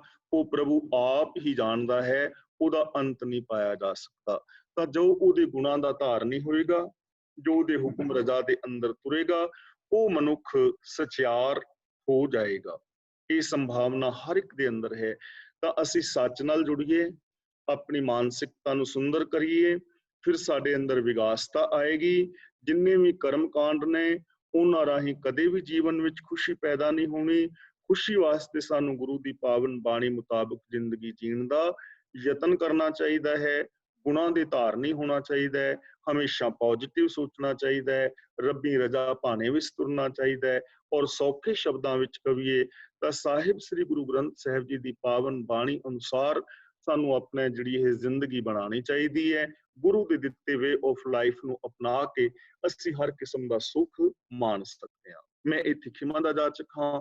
ਹੁਣ ਸਤਿਕਾਰਯੋਗ ਵੀਰ ਤਰਲੋਚਨ ਸਿੰਘ ਜੀ ਅਨਮਿਊਟ ਹੋ ਰਹੇ ਨੇ, ਅਗਲੀ ਕਾਰਵਾਈ ਉਹ ਕਰਨਗੇ। ਅੱਜ ਜੋ ਅਸੀਂ ਵਿਚਾਰ ਕੀਤੀ ਹੈ 21ਵੀਂ ਪੌੜੀ ਦੀ, ਜੇ ਇਹਦੇ ਸੰਬੰਧ ਦੇ ਅੰਦਰ ਆਪ ਦਾ ਕੋਈ ਸਵਾਲ ਹੋਵੇ ਤਾਂ ਉਹ ਸਵਾਲ ਕਰ ਸਕਦੇ ਹੋ, ਕਿਉਂਕਿ ਜੇ ਅਸੀਂ ਇਹਦੇ ਦਾਇਰੇ ਦੇ ਅੰਦਰ ਰਵਾਂਗੇ ਨਾ, ਫਿਰ ਸਾਨੂੰ ਸਮਝ ਜ਼ਿਆਦੀ ਆਏਗੀ ਔਰ ਸਾਡੇ ਜੀਵਨ ਦੇ ਅੰਦਰ ਤਬਦੀਲੀਆਂ ਵੀ ਆਉਣ ਦੀ ਸੰਭਾਵਨਾ ਬਣੀ ਰਹੇਗੀ। ਹੋਈਆਂ ਭੁੱਲਾਂ ਦੀ ਖਿਮਾ। ਵਾਹਿਗੁਰੂ ਜੀ ਕਾ ਖਾਲਸਾ, ਵਾਹਿਗੁਰੂ ਜੀ ਕੀ ਫਤਿਹ। ਵਾਹਿਗੁਰੂ ਜੀ ਕਾ ਖਾਲਸਾ, ਵਾਹਿਗੁਰੂ ਜੀ ਕੀ ਫਤਿਹ। ਧੰਨਵਾਦ ਜੀ ਗਿਆਨੀ ਜੀ ਦਾ ਬਹੁਤ ਬਹੁਤ। ਤੇ ਜਿੱਦਾਂ ਗਿਆਨੀ ਜੀ ਨੇ ਕਿਹਾ ਹੀ ਹੈ ਜੀ ਕਿ ਕਿਸੇ ਨੇ ਵੀ ਕੋਈ ਅੱਜ ਦੀ ਕਥਾ ਜਿਹੜੀ ਹੋਈ ਆ ਉਹਦੇ ਵਿੱਚੋਂ ਕੋਈ ਵੀ ਸਵਾਲ ਪੁੱਛਣਾ ਹੋਵੇ, ਹਮੇਸ਼ਾ ਦੀ ਤਰ੍ਹਾਂ ਆਪ ਜੀ ਨੂੰ ਬੇਨਤੀ ਕੀਤੀ ਜਾਂਦੀ ਹੈ ਕਿ ਤੁਸੀਂ ਅਨਮਿਊਟ ਹੋ ਜਾਓ ਤਾਂ ਕਿ ਉਹਦੇ ਬਾਰੇ ਤੁਸੀਂ ਕੁਝ ਪੁੱਛ ਸਕੋ ਜਾਂ ਆਪਣੇ ਵਿਚਾਰ ਦੇ ਸਕੋ। ਸਾਡੇ ਨਾਲ ਇੱਕ ਪਰਸਨ ਇਸ ਵੇਲੇ ਅਨਮਿਊਟ ਹੈ ਜੀ, ਤੇ ਹੋਰ ਵੀ ਮੈਂ ਬੇਨਤੀ ਕਰਦਾ ਪਰ ਤੁਸੀਂ ਫਟਾਫਟ ਅਨਮਿਊਟ ਹੋ ਜਾਓ ਜੇ ਕੁਝ ਪੁੱਛਣਾ ਹੈ ਜੀ। ਹਾਂਜੀ, ਸਾਡੇ ਨਾਲ ਪ੍ਰਕਾਸ਼ ਆਈਪੈਡ ਤੋਂ ਜੀ, ਉਹਦਾ ਨਾਮ ਪ੍ਰਕਾਸ਼ ਆਈਪੈਡ ਇੱਥੇ ਲਿਖਿਆ ਜੀ, ਉਹਨਾਂ ਨੇ ਜੋ ਗੱਲ ਕਰਨੀ ਹੈ ਤਾਂ ਕਰੋ। Thank you. ਹਾਂਜੀ, ਵਾਹਿਗੁਰੂ ਜੀ ਕਾ ਖਾਲਸਾ, ਵਾਹਿਗੁਰੂ ਜੀ ਫਤਿਹ। ਫਤਿਹ ਭੈਣ ਜੀ। ਤੁਸੀਂ ਕੱਲ ਕਿਹਾ ਸੀ ਨਾ ਤੁਸੀਂ ਜਦੋਂ ਕਿ ਤੁਸੀਂ ਕੰਨਾ ਲਾਓ ਮਚ ਪਾਤਸ਼ਾਹ, ਹੁਣ ਮੈਂ ਕੱਲ ਬਾਬਾ ਜੀ ਦੇ ਬੀੜ ਤੇ ਪਾਠ ਕੀਤਾ ਸੀ। ਤੁਸੀਂ ਜਿੱਦਾਂ ਕਿ ਤੁਸੀਂ ਪਾਪਾ ਕਿਹਾ ਸੀ ਨਾ ਕਿ ਪਾਪਾ ਦੇ ਉੱਤੇ ਤੁਸੀਂ ਬਿੰਦੀ ਲਾਣੀ ਹੈ, ਬਹੁਤ ਸਾਰੇ ਪਾਪ। ਜਿੱਦਾਂ ਹੋਰ ਵੀ ਅਸੀਂ ਪੜ੍ਹਦੇ ਹਾਂ, ਜਿਸ ਤਰ੍ਹਾਂ ਪਾਤਸ਼ਾਹਾਂ ਦੇ ਉੱਤੇ ਵੀ ਬਿੰਦੀ ਲੱਗਦੀ ਹੈ, ਜਿੱਥੇ ਵੀ ਸਾਰਾ ਕਰਨਾ ਹੋਵੇ ਉੱਤੇ ਬਿੰਦੀ ਲੱਗਦੀ ਹੈ। ਹਾਂਜੀ, ਜੇ ਬਹੁਵਚਨੀ ਸ਼ਬਦ ਹੈ ਤਾਂ ਫਿਰ ਬਿੰਦੀ ਲੱਗੇਗੀ। ਜਿਵੇਂ ਨਾਨਕ ਪਾਤਸ਼ਾਹੀ, ਪਾਤਸ਼ਾਹ, ਜਿੱਥੇ ਨਾ ਬਿੰਦੀ ਹੋਏਗੀ ਪਾਤਸ਼ਾਹਾਂ, ਬਹੁਤੇ ਬਾਦਸ਼ਾਹਾਂ ਦੀ ਗੱਲ ਹੋਏਗੀ, ਉੱਥੇ ਬਿੰਦੀ ਲੱਗੇਗੀ। ਨਹੀਂ, ਜਦੋਂ ਵੀ ਜੇ ਅਸੀਂ ਪਾਤਸ਼ਾਹਾਂ ਪੜ੍ਹੀਏ ਉੱਤੇ ਮਤਲਬ ਬਿੰਦੀ ਲਾਈਏ, ਮਤਲਬ ਜਿੱਥੇ ਵੀ ਕੰਨਾ ਆਵੇ, ਕੰਨਾ ਆਵੇ ਹਰ ਜਗ੍ਹਾ ਮਤਲਬ ਬਿੰਦੀ ਲਾਈਏ ਜਦੋਂ ਵੀ ਕਰਨਾ। ਨਹੀਂ, ਹਰ ਇੱਕ ਜਗ੍ਹਾ ਤੇ ਨਹੀਂ। ਮੈਂ ਨਾ ਗਰੁੱਪ ਦੇ ਵਿੱਚ ਪਾਇਆ ਸੀ, ਜਿਹੜਾ ਪਹਿਲਾ ਨਿਯਮ ਹੈ ਨਾ ਉਹ ਮੈਂ ਪਾਇਆ ਸੀ ਕਿ ਜਦੋਂ ਅਸੀਂ ਕਿਸੇ ਨਾਉਨ ਨੂੰ ਸੰਬੋਧਨ ਵਾਚਕ ਬਣਾਉਂਦੇ ਹਾਂ ਕੰਨਾ ਲਗਾ ਕੇ, ਉਦੋਂ ਬਿੰਦੀ ਨਹੀਂ ਲੱਗੇਗੀ। ਜਿਵੇਂ ਸ਼ਬਦ ਹੈਗਾ ਮੀਤ, ਮੰਮੇ ਨਾਲ ਬਿਹਾਰੀ ਤੱਤਾ, ਮੀਤ। ਹਾਂਜੀ, ਇਹਦੇ ਨਾਲ ਅਸੀਂ ਕੰਨਾ ਲਾਵਾਂਗੇ, ਸ਼ਬਦ ਬਣ ਜਾਏਗਾ ਮੀਤਾ। ਅੱਛਾ, ਜੇ ਅਸੀਂ ਇਹਨੂੰ ਸੰਬੋਧਨ ਵਾਚਕ ਬਣਾ ਰਹੇ ਹਾਂ, ਫਿਰ ਅਸੀਂ ਬਿੰਦੀ ਨਹੀਂ ਲਾਵਾਂਗੇ, ਪੜਾਂਗੇ ਮੀਤਾ ਐਸੇ ਹਰ ਜੀ ਉਪਾਏ। ਪਰ ਜਦੋਂ ਅਸੀਂ ਮੀਤ ਦੇ ਨਾਲ ਕੰਨਾ ਲਗਾ ਕੇ ਉਹਨੂੰ ਬਹੁਵਚਨੀ ਬਣਾਇਆ ਜਾਏਗਾ, ਫਿਰ ਬਿੰਦੀ ਲਾਵਾਂਗੇ। ਹੋਂ ਬਲਿਹਾਰੀ ਸਾਜਨਾ ਮੀਤਾ ਅਵਰੀਤਾ। ਇਹਨੂੰ ਮੈਂ ਸਮਝਾਉਣ ਵਾਸਤੇ ਨਾ ਤੁਸੀਂ ਥੋੜਾ ਜਿਹਾ ਧਿਆਨ ਦਿਓ। ਸ਼ਬਦ ਤੁਹਾਡਾ ਹੈਗਾ ਵੀਰ, ਗੋਬਿੰਦ ਬਿਹਾਰੀ ਦਾਰਾ, ਵੀਰ। ਹਾਂਜੀ, ਹੁਣ ਇਹਦੇ ਨਾਲ ਤੁਸੀਂ ਕੰਨਾ ਲਾ ਕੇ ਜੇ ਬਹੁਵਚਨੀ ਬਣਾਉਂਦੇ ਹੋ ਨਾ ਆਪਣਾ ਸੰਬੋਧਨ ਵਾਚਕ, ਤੁਸੀਂ ਆਪਣੇ ਵੀਰ ਤੋਂ ਪਾਣੀ, ਤੁਸੀਂ ਕਹੋਗੇ ਵੀਰਾ ਮੈਨੂੰ ਪਾਣੀ ਦੇਈ, ਵੀਰਾ ਉਹ ਮੈਨੂੰ ਥਾਲੀ ਫੜਾਈ। ਸ਼ਬਦ ਕਵਾਂਗੇ ਵੀਰ ਨੂੰ ਕਵਾਂਗੇ ਵੀਰਾ, ਕਿਉਂਕਿ ਸੰਬੋਧਨ ਕੀਤਾ ਨਾ, ਸਮਝ ਗਏ ਨਾ। ਹਾਂਜੀ, ਹਾਂਜੀ, ਹਾਂਜੀ। ਹੁਣ ਦੂਜੀ ਗੱਲ ਹੈ ਕਿ ਤੁਸੀਂ ਆਪਣੇ ਪੇਕੇ ਪਰਿਵਾਰ ਵੱਲ ਗਏ, ਤੁਹਾਡੇ ਭਰਾਵਾਂ ਨੇ ਤੁਹਾਨੂੰ, ਦੋ ਇਕੱਠੇ ਰਹਿੰਦੇ ਨੇ, ਤੇ ਉਹਨਾਂ ਨੇ ਤੁਹਾਨੂੰ ਦਿੱਤਾ ਸੂਟ, ਸ਼ਬਦ ਹੈਗਾ ਵੀਰ। ਹੁਣ ਇਹਨੂੰ ਕੰਨਾ ਲਗਾ ਕੇ ਬਹੁਵਚਨੀ ਬਣਾਇਆ ਤੇ ਤੁਸੀਂ ਕਹੋਗੇ ਭਾਈ ਸਾਹਿਬ ਜੀ ਇਹ ਸੂਟ ਮੇਰੇ ਵੀਰਾਂ ਨੇ ਦਿੱਤਾ ਹੈ, ਵੀਰਾਂ। ਅੱਛਾ, ਜਦੋਂ ਬਹੁਵਚਨੀ ਲੱਗੇ ਉਸ ਟਾਈਮ ਬਿੰਦੀ ਨਹੀਂ ਲੱਗਦੀ ਹੈ ਨਾ? ਬਹੁਵਚਨੀ ਜਦੋਂ ਬਣਾਉਣਾ ਉਦੋਂ ਬਿੰਦੀ ਲੱਗੇਗੀ। ਅੱਛਾ, ਜਦੋਂ ਬਹੁਵਚਨੀ ਬਣਾਉਣਾ ਹੈ ਉਹਦੇ ਵੀ ਬਿੰਦੀ ਉਹ ਲੱਗੀ ਹੈ। ਲੱਗੇਗੀ ਜਦੋਂ ਮਤਲਬ ਸੰਬੋਧਨ ਵਾਚਕ ਹੋਏਗਾ ਉਦੋਂ ਨਹੀਂ ਲੱਗੇਗੀ। ਅੱਛਾ ਠੀਕ ਹੈ, ਹਾਂ ਠੀਕ ਹੈ, ਥੈਂਕ ਯੂ ਜੀ, ਵਾਹਿਗੁਰੂ ਜੀ ਕਾ ਹਾਂ ਕੋਈ ਨਾ ਭੈਣ, ਕੋਈ ਵਾਹਿਗੁਰੂ ਜੀ ਕੀ ਫਤਿਹ, ਮਿਹਰਬਾਨੀ ਜੀ। ਤੇ ਜਸਵੀਰ ਕੌਰ ਜੀ। ਹਾਂਜੀ, ਆਹ ਜਿਹੜਾ ਵੇ ਨਾ ਪਾਈਆਂ ਪੰਡਤੀ, ਇਹਨਾਂ ਨੂੰ ਦੋਨਾਂ ਨੂੰ ਬਿੰਦੀਆਂ ਲੱਗਣੀਆਂ ਹਨਾ। ਹਾਂਜੀ ਹਾਂਜੀ, ਵੇ ਨਾ ਪਾਈਆਂ ਨਹੀਂ ਪਾਈਆ, ਪਾਈਆ ਪਾਈ ਪੰਡਤੀ, ਪੰਡਤਾਂ ਤੇ ਬਿੰਦੀ ਲੱਗੀ, ਪਾਈਆ ਤੇ ਨਹੀਂ। ਤੇ ਨਹੀਂ, ਅੱਛਾ ਠੀਕ ਆ, ਥੈਂਕ ਯੂ ਗਿਆਨੀ ਜੀ। ਧੰਨਵਾਦ। ਥੈਂਕ ਯੂ ਜੀ। ਅਰਵਿੰਦਰ ਸਿੰਘ ਤੁਸੀਂ ਅਨਮਿਊਟ ਹੋਏ ਸੀਗੇ, ਤੁਸੀਂ ਹੁਣ ਮਿਊਟ ਹੋ ਗਏ, ਮੁੜ ਕੇ ਪੁੱਛਣਾ ਸੀਗਾ ਸ਼ਾਇਦ। ਹਾਂਜੀ, ਚਲੋ ਥੋੜਾ ਜਿਹਾ ਪੁੱਛਣਾ ਸੀ ਗਿਆਨੀ ਜੀ, ਜਿੱਦਾਂ ਹੁਣ ਆਪਾਂ ਇਸ ਪੌੜੀ 'ਚ ਵੀ ਆਪਾਂ ਤੀਰਥਾਂ ਦੀ ਗੱਲ ਕੀਤੀ ਹੈ, ਹਾਂਜੀ ਹਾਂਜੀ, ਤੀਰਥਾਂ ਦੀ ਗੱਲ ਕੀਤੀ, ਅੱਗੇ ਵੀ ਆਪਾਂ ਕਾਫੀ ਕੀਤੀ ਹੈ। ਹੁਣ ਇੱਥੋਂ ਚਲੋ ਇਸ ਮੁਲਕ 'ਚੋਂ ਕਾਫੀ ਲੋਕੀ ਜਾ ਰਹੇ, ਇੰਡੀਅਨ ਲਾਈਨਾਂ ਲੱਗੀਆਂ ਕਿ ਜਿਹੜੇ ਤੀਰਥਾਂ ਤੇ ਜਾਂਦੇ, ਜਿੱਦਾਂ ਹੇਮਕੁੰਡ ਹੋਇਆ, ਬਹੁਤ ਸਾਰੇ ਪਾਕਿਸਤਾਨ ਵਿੱਚ ਜਾਂ ਇੱਥੇ ਇੰਡੀਆ ਵਿੱਚ, ਇਹ ਵੀ ਤੀਰਥ ਯਾਤਰਾ ਹੀ ਹੋਗੀ ਨਾ। ਹਾਂਜੀ, ਤੀਰਥ ਯਾਤਰਾ ਹੀ ਹੈ ਜੀ, ਪਰ ਇਹਦੇ ਤੇ ਹੁਣ ਡਿਪੈਂਡ ਕਰਦਾ ਕਿ ਬੰਦਾ ਕਿਵੇਂ ਜਾ ਰਿਹਾ। ਦੇਖੋ ਜਿਹੜੇ ਸਾਡੇ ਨੇ ਗੁਰਦੁਆਰੇ ਸਾਹਿਬ ਨੇ, ਇਤਿਹਾਸਕ ਸਥਾਨ ਨੇ, ਉੱਥੇ ਜਾਣ ਦੀ ਮਨਾਹੀ ਨਹੀਂ ਹੈ। ਤੁਸੀਂ ਉੱਥੇ ਜਾ ਕੇ ਕਰਦੇ ਕੀ ਹੋ ਕਿ ਜੋ ਉੱਥੇ ਗੁਰੂ ਜੀ ਨੇ ਉਪਦੇਸ਼ ਦਿੱਤਾ ਹੈ ਉਸ ਉਪਦੇਸ਼ ਨੂੰ ਮੰਨਣਾ। ਫਾਰ ਐਗਜ਼ਾਮਪਲ ਜਿਵੇਂ ਅਸੀਂ ਦਰਬਾਰ ਸਾਹਿਬ ਹਰਿਮੰਦਰ ਸਾਹਿਬ ਜਾਂਦੇ ਹਾਂ ਔਰ ਉੱਥੇ ਅਸੀਂ ਸਰੋਵਰ ਦੇ ਵਿੱਚ ਇਸ਼ਨਾਨ ਵੀ ਕਰਦੇ ਹਾਂ। ਗੁਰੂ ਸਾਹਿਬ ਨੇ ਸਰੋਵਰ ਇਸ ਕਰਕੇ ਬਣਾਏ ਸੀ ਕਿ ਇੱਥੇ ਨਾ ਖੱਤਰੀ, ਬ੍ਰਾਹਮਣ, ਸੂਦ, ਵੈਸ਼ ਸਾਰੇ ਇਕੱਠੇ ਇਸ਼ਨਾਨ ਪਾਨ ਕਰਨਗੇ ਤੇ ਜਾਤੀਵਾਦ ਖਤਮ ਹੋਏਗਾ। ਕਿਉਂਕਿ ਜਦੋਂ ਅਸੀਂ ਪਿਛਲਾ ਇਤਿਹਾਸ ਪੜ੍ਹਦੇ ਹਾਂ ਤਾਂ ਜਿਹੜੇ ਸ਼ੂਦਰ ਨੇ ਵਿਚਾਰੇ, ਉਹਨਾਂ ਨੂੰ ਤੇ ਪਾਣੀ ਵੀ ਨਹੀਂ ਸੀ ਭਰਨ ਦਿੱਤਾ, ਉਹਨਾਂ ਦਾ ਪਰਛਾਵਾਂ ਵੀ ਨਹੀਂ ਸੀ ਪੈਣ ਦਿੰਦੇ। ਤਾਂ ਜਾਤੀਵਾਦ ਖਤਮ ਹੋ ਜਾਏ, ਮੇਰ ਤੇਰ ਵਿਤਕਰੇ ਊਚ ਨੀਚ ਖਤਮ ਹੋ ਜਾਣ, ਇਸ ਕਰਕੇ ਸਰੋਵਰ ਸਨ। ਇਹ ਮਹਾਨਤਾ ਸੀ ਸਰੋਵਰਾਂ ਦੀ, ਬਹੁਤ ਵੱਡੀ ਦੇਣ ਹੈਗੀ ਹੈ ਸਰੋਵਰਾਂ ਦੀ, ਅੱਜ ਵੀ ਹੈ। ਪਰ ਅਸੀਂ ਇਸ ਚੀਜ਼ ਨੂੰ ਗਵਾ ਬੈਠੇ ਹਾਂ। ਜਦੋਂ ਅਸੀਂ ਇਸ਼ਨਾਨ ਸਰੋਵਰ ਦੇ ਵਿੱਚ ਕਰੀਏ ਤੇ ਇਹਦਾ ਮਤਲਬ ਅੱਜ ਤੋਂ ਲੈ ਕੇ ਮੈਂ ਜਾਤੀਵਾਦ ਨੂੰ ਨਹੀਂ ਮੰਨਾਂਗਾ, ਮੈਂ ਆਪਣਾ ਸਰਨੇਮ ਵਗੈਰਾ ਸਭ ਉਤਾਰ ਦਿੱਤਾ, ਮੈਂ ਗੁਰੂ ਦਾ ਸਿੱਖ। ਇਹ ਭਾਵਨਾ ਸਾਡੇ ਵਿੱਚ ਨਹੀਂ ਰਹੀ। ਤੇ ਜੇ ਅਸੀਂ ਕਹੀਏ ਕਿ ਅਸੀਂ ਕੇਵਲ ਕਿਸੇ ਤੀਰਥ ਤੇ ਜਾ ਕੇ ਕਿਸੇ ਤੇ ਵੀ ਨਾ ਆਏ ਹਾਂ ਤੇ ਸਾਡੇ ਪਾਪ ਲੈ ਜਾਣ ਤੇ ਅਸੀਂ ਫਿਰ ਉਵੇਂ ਹੀ ਕਰੀ ਜਾਈਏ, ਤਾਂ ਗੁਰੂ ਜੀ ਨੇ ਉਹਨਾਂ ਚੀਜ਼ਾਂ ਦਾ ਖੰਡਨ ਕੀਤਾ। ਕਹਿੰਦੇ ਨੇ ਪਾਪ ਕਰੇ ਪੰਚਾਂ ਕੇ ਬਸ ਰੇ, ਕਾਮ ਕ੍ਰੋਧ ਦੇ ਅਧੀਨ ਹੋ ਕੇ ਬੰਦਾ ਪਾਪ ਕਰਦਾ ਹੈ, ਆਪ ਹੀ ਪਾਪ ਕਰ ਲੈ ਤੇ ਆਪ ਹੀ ਸੋਚ ਲੈ ਵੀ ਤੀਰਥਾਂ ਤੇ ਨਹਾਤਿਆਂ ਮੇਰੇ ਪਾਪ ਲੈ ਜਾਣੇ ਨੇ। ਤੀਰਥ ਨਹਾਏ ਕਹਿ ਸਭ ਉਤਰੇ, ਤੀਰਥ ਤੇ ਨਹਾ ਕੇ ਕਹਿੰਦੇ ਨੇ ਮੇਰੇ ਪਾਪ ਲੈ ਗਏ। ਬਹੁਰ ਕਮਾਵੇਂ ਹੋਏ ਨਿਸੰਕ, ਮੁੜ ਕੇ ਫਿਰ ਬੇਝਿਜਕ ਹੋ ਕੇ ਪਾਪ ਕਮਾਈ ਜਾਂਦੇ ਨੇ। ਜਮਪੁਰ ਬਾਂਧ ਖਰੇ ਕਾਲੰਕ, ਗੁਰੂ ਜੀ ਕਹਿੰਦੇ ਨੇ ਇਹੋ ਜਿਹੇ ਕਲੰਕਿਤ ਪੁਰਸ਼ ਜਿਹੜੇ ਨੇ ਜਮਾਂ ਦੇ ਵਸ ਵਿੱਚ, ਵਿਕਾਰਾਂ ਦੇ ਵਸ ਪੈ ਰਹਿੰਦੇ। ਇਸ ਲਈ ਤੀਰਥ ਹਮਰਾ ਹਰ ਕੋ ਨਾਮ। ਠੀਕ ਹੈ ਨਾ? ਠੀਕ ਹੈ, ਫਿਰ ਧੰਨਵਾਦ। ਠੀਕ ਹੈ ਜੀ, ਮਿਹਰਬਾਨੀ ਤੁਹਾਡੀ ਬਹੁਤ ਬਹੁਤ। ਹੁਣ ਸਾਡੇ ਨਾਲ ਹੋਰ ਕੋਈ ਅਨਮਿਊਟ ਨਹੀਂ ਹੈਗਾ ਜੀ, ਸੋ ਅਸੀਂ ਸਾਰਿਆਂ ਦਾ ਧੰਨਵਾਦ ਕਰਦੇ ਹਾਂ, ਗਿਆਨੀ ਜੀ ਦਾ ਵੀ ਧੰਨਵਾਦ ਕਰਦੇ ਹਾਂ ਤੇ ਸਾਰੀਆਂ ਸੰਗਤਾਂ ਦਾ ਵੀ ਧੰਨਵਾਦ ਕਰਦੇ ਹਾਂ। ਤੇ ਅੱਜ ਦੀ ਜਿਹੜੀ ਕਥਾ ਤੁਸੀਂ ਸਾਰਿਆਂ ਨੇ ਸੁਣ ਲਈ ਆ। ਵੈਸੇ ਤਾਂ ਗਿਆਨੀ ਜੀ ਬਹੁਤ ਵਧੀਆ ਤਰੀਕੇ ਦੇ ਨਾਲ ਸਾਰੀਆਂ ਪੰਕਤੀਆਂ ਦੀ ਇਕੱਲੀ ਇਕੱਲੀ ਦੀ ਐਕਸਪਲੇਨ ਕਰਦੇ, ਇਸੇ ਕਰਕੇ ਸਾਡੇ ਕੋਲ ਕੋਈ ਗੁੰਜਾਇਸ਼ ਨਹੀਂ ਰਹਿ ਜਾਂਦੀ ਕੋਈ ਸਵਾਲ ਪੁੱਛਣ ਦੀ। ਤੇ ਪੁੱਛਿਆ ਤਾਂ ਇਹੀ ਜਾਂਦਾ ਕਿ ਜੇ ਕਿਸੇ ਨੇ ਵੀ ਕੁਛ ਪੁੱਛਣਾ ਹੋਵੇ ਤਾਂ ਤੁਸੀਂ ਅਨਮਿਊਟ ਹੋ ਕੇ ਪੁੱਛ ਸਕਦੇ ਹੋ। ਠੀਕ ਹੈ ਜੀ, ਤੇ ਆਪਾਂ ਕੱਲ ਨੂੰ ਫਿਰ ਮੁੜ ਕੇ ਆਵਾਂਗੇ ਜੀ ਇਸੇ ਤਰ੍ਹਾਂ। ਗਿਆਨੀ ਜੀ ਬਹੁਤ ਬਹੁਤ ਧੰਨਵਾਦ ਤੇ ਧੰਨਵਾਦ ਸਾਰਿਆਂ ਦਾ। ਵਿਰਕ ਸਾਹਿਬ, ਹਾਂਜੀ ਤੁਸੀਂ ਹੁਣ ਅਨਮਿਊਟ ਹੋਏ ਆ ਜੀ। ਫਤਿਹ ਬੁਲਾਣੇ, ਵਾਹਿਗੁਰੂ ਜੀ ਕੀ ਖਾਲਸਾ, ਵਾਹਿਗੁਰੂ ਜੀ ਕੀ ਫਤਿਹ। ਓਕੇ ਜੀ, ਮੈਂ ਤਾਂ ਅਨਮਿਊਟ ਹੋਇਆ। ਸਾਰਿਆਂ ਨੂੰ ਜੀ ਹੁਣ ਫਤਿਹ ਬੁਲਾਈਏ ਜੀ। ਕੱਲ ਨੂੰ ਮਿਲਦੇ ਆ 2 ਵਜੇ ਇੱਥੇ। ਬੁਲਾਓ ਫਤਿਹ। ਵਾਹਿਗੁਰੂ ਜੀ ਕਾ ਖਾਲਸਾ, ਵਾਹਿਗੁਰੂ ਜੀ ਕੀ ਫਤਿਹ।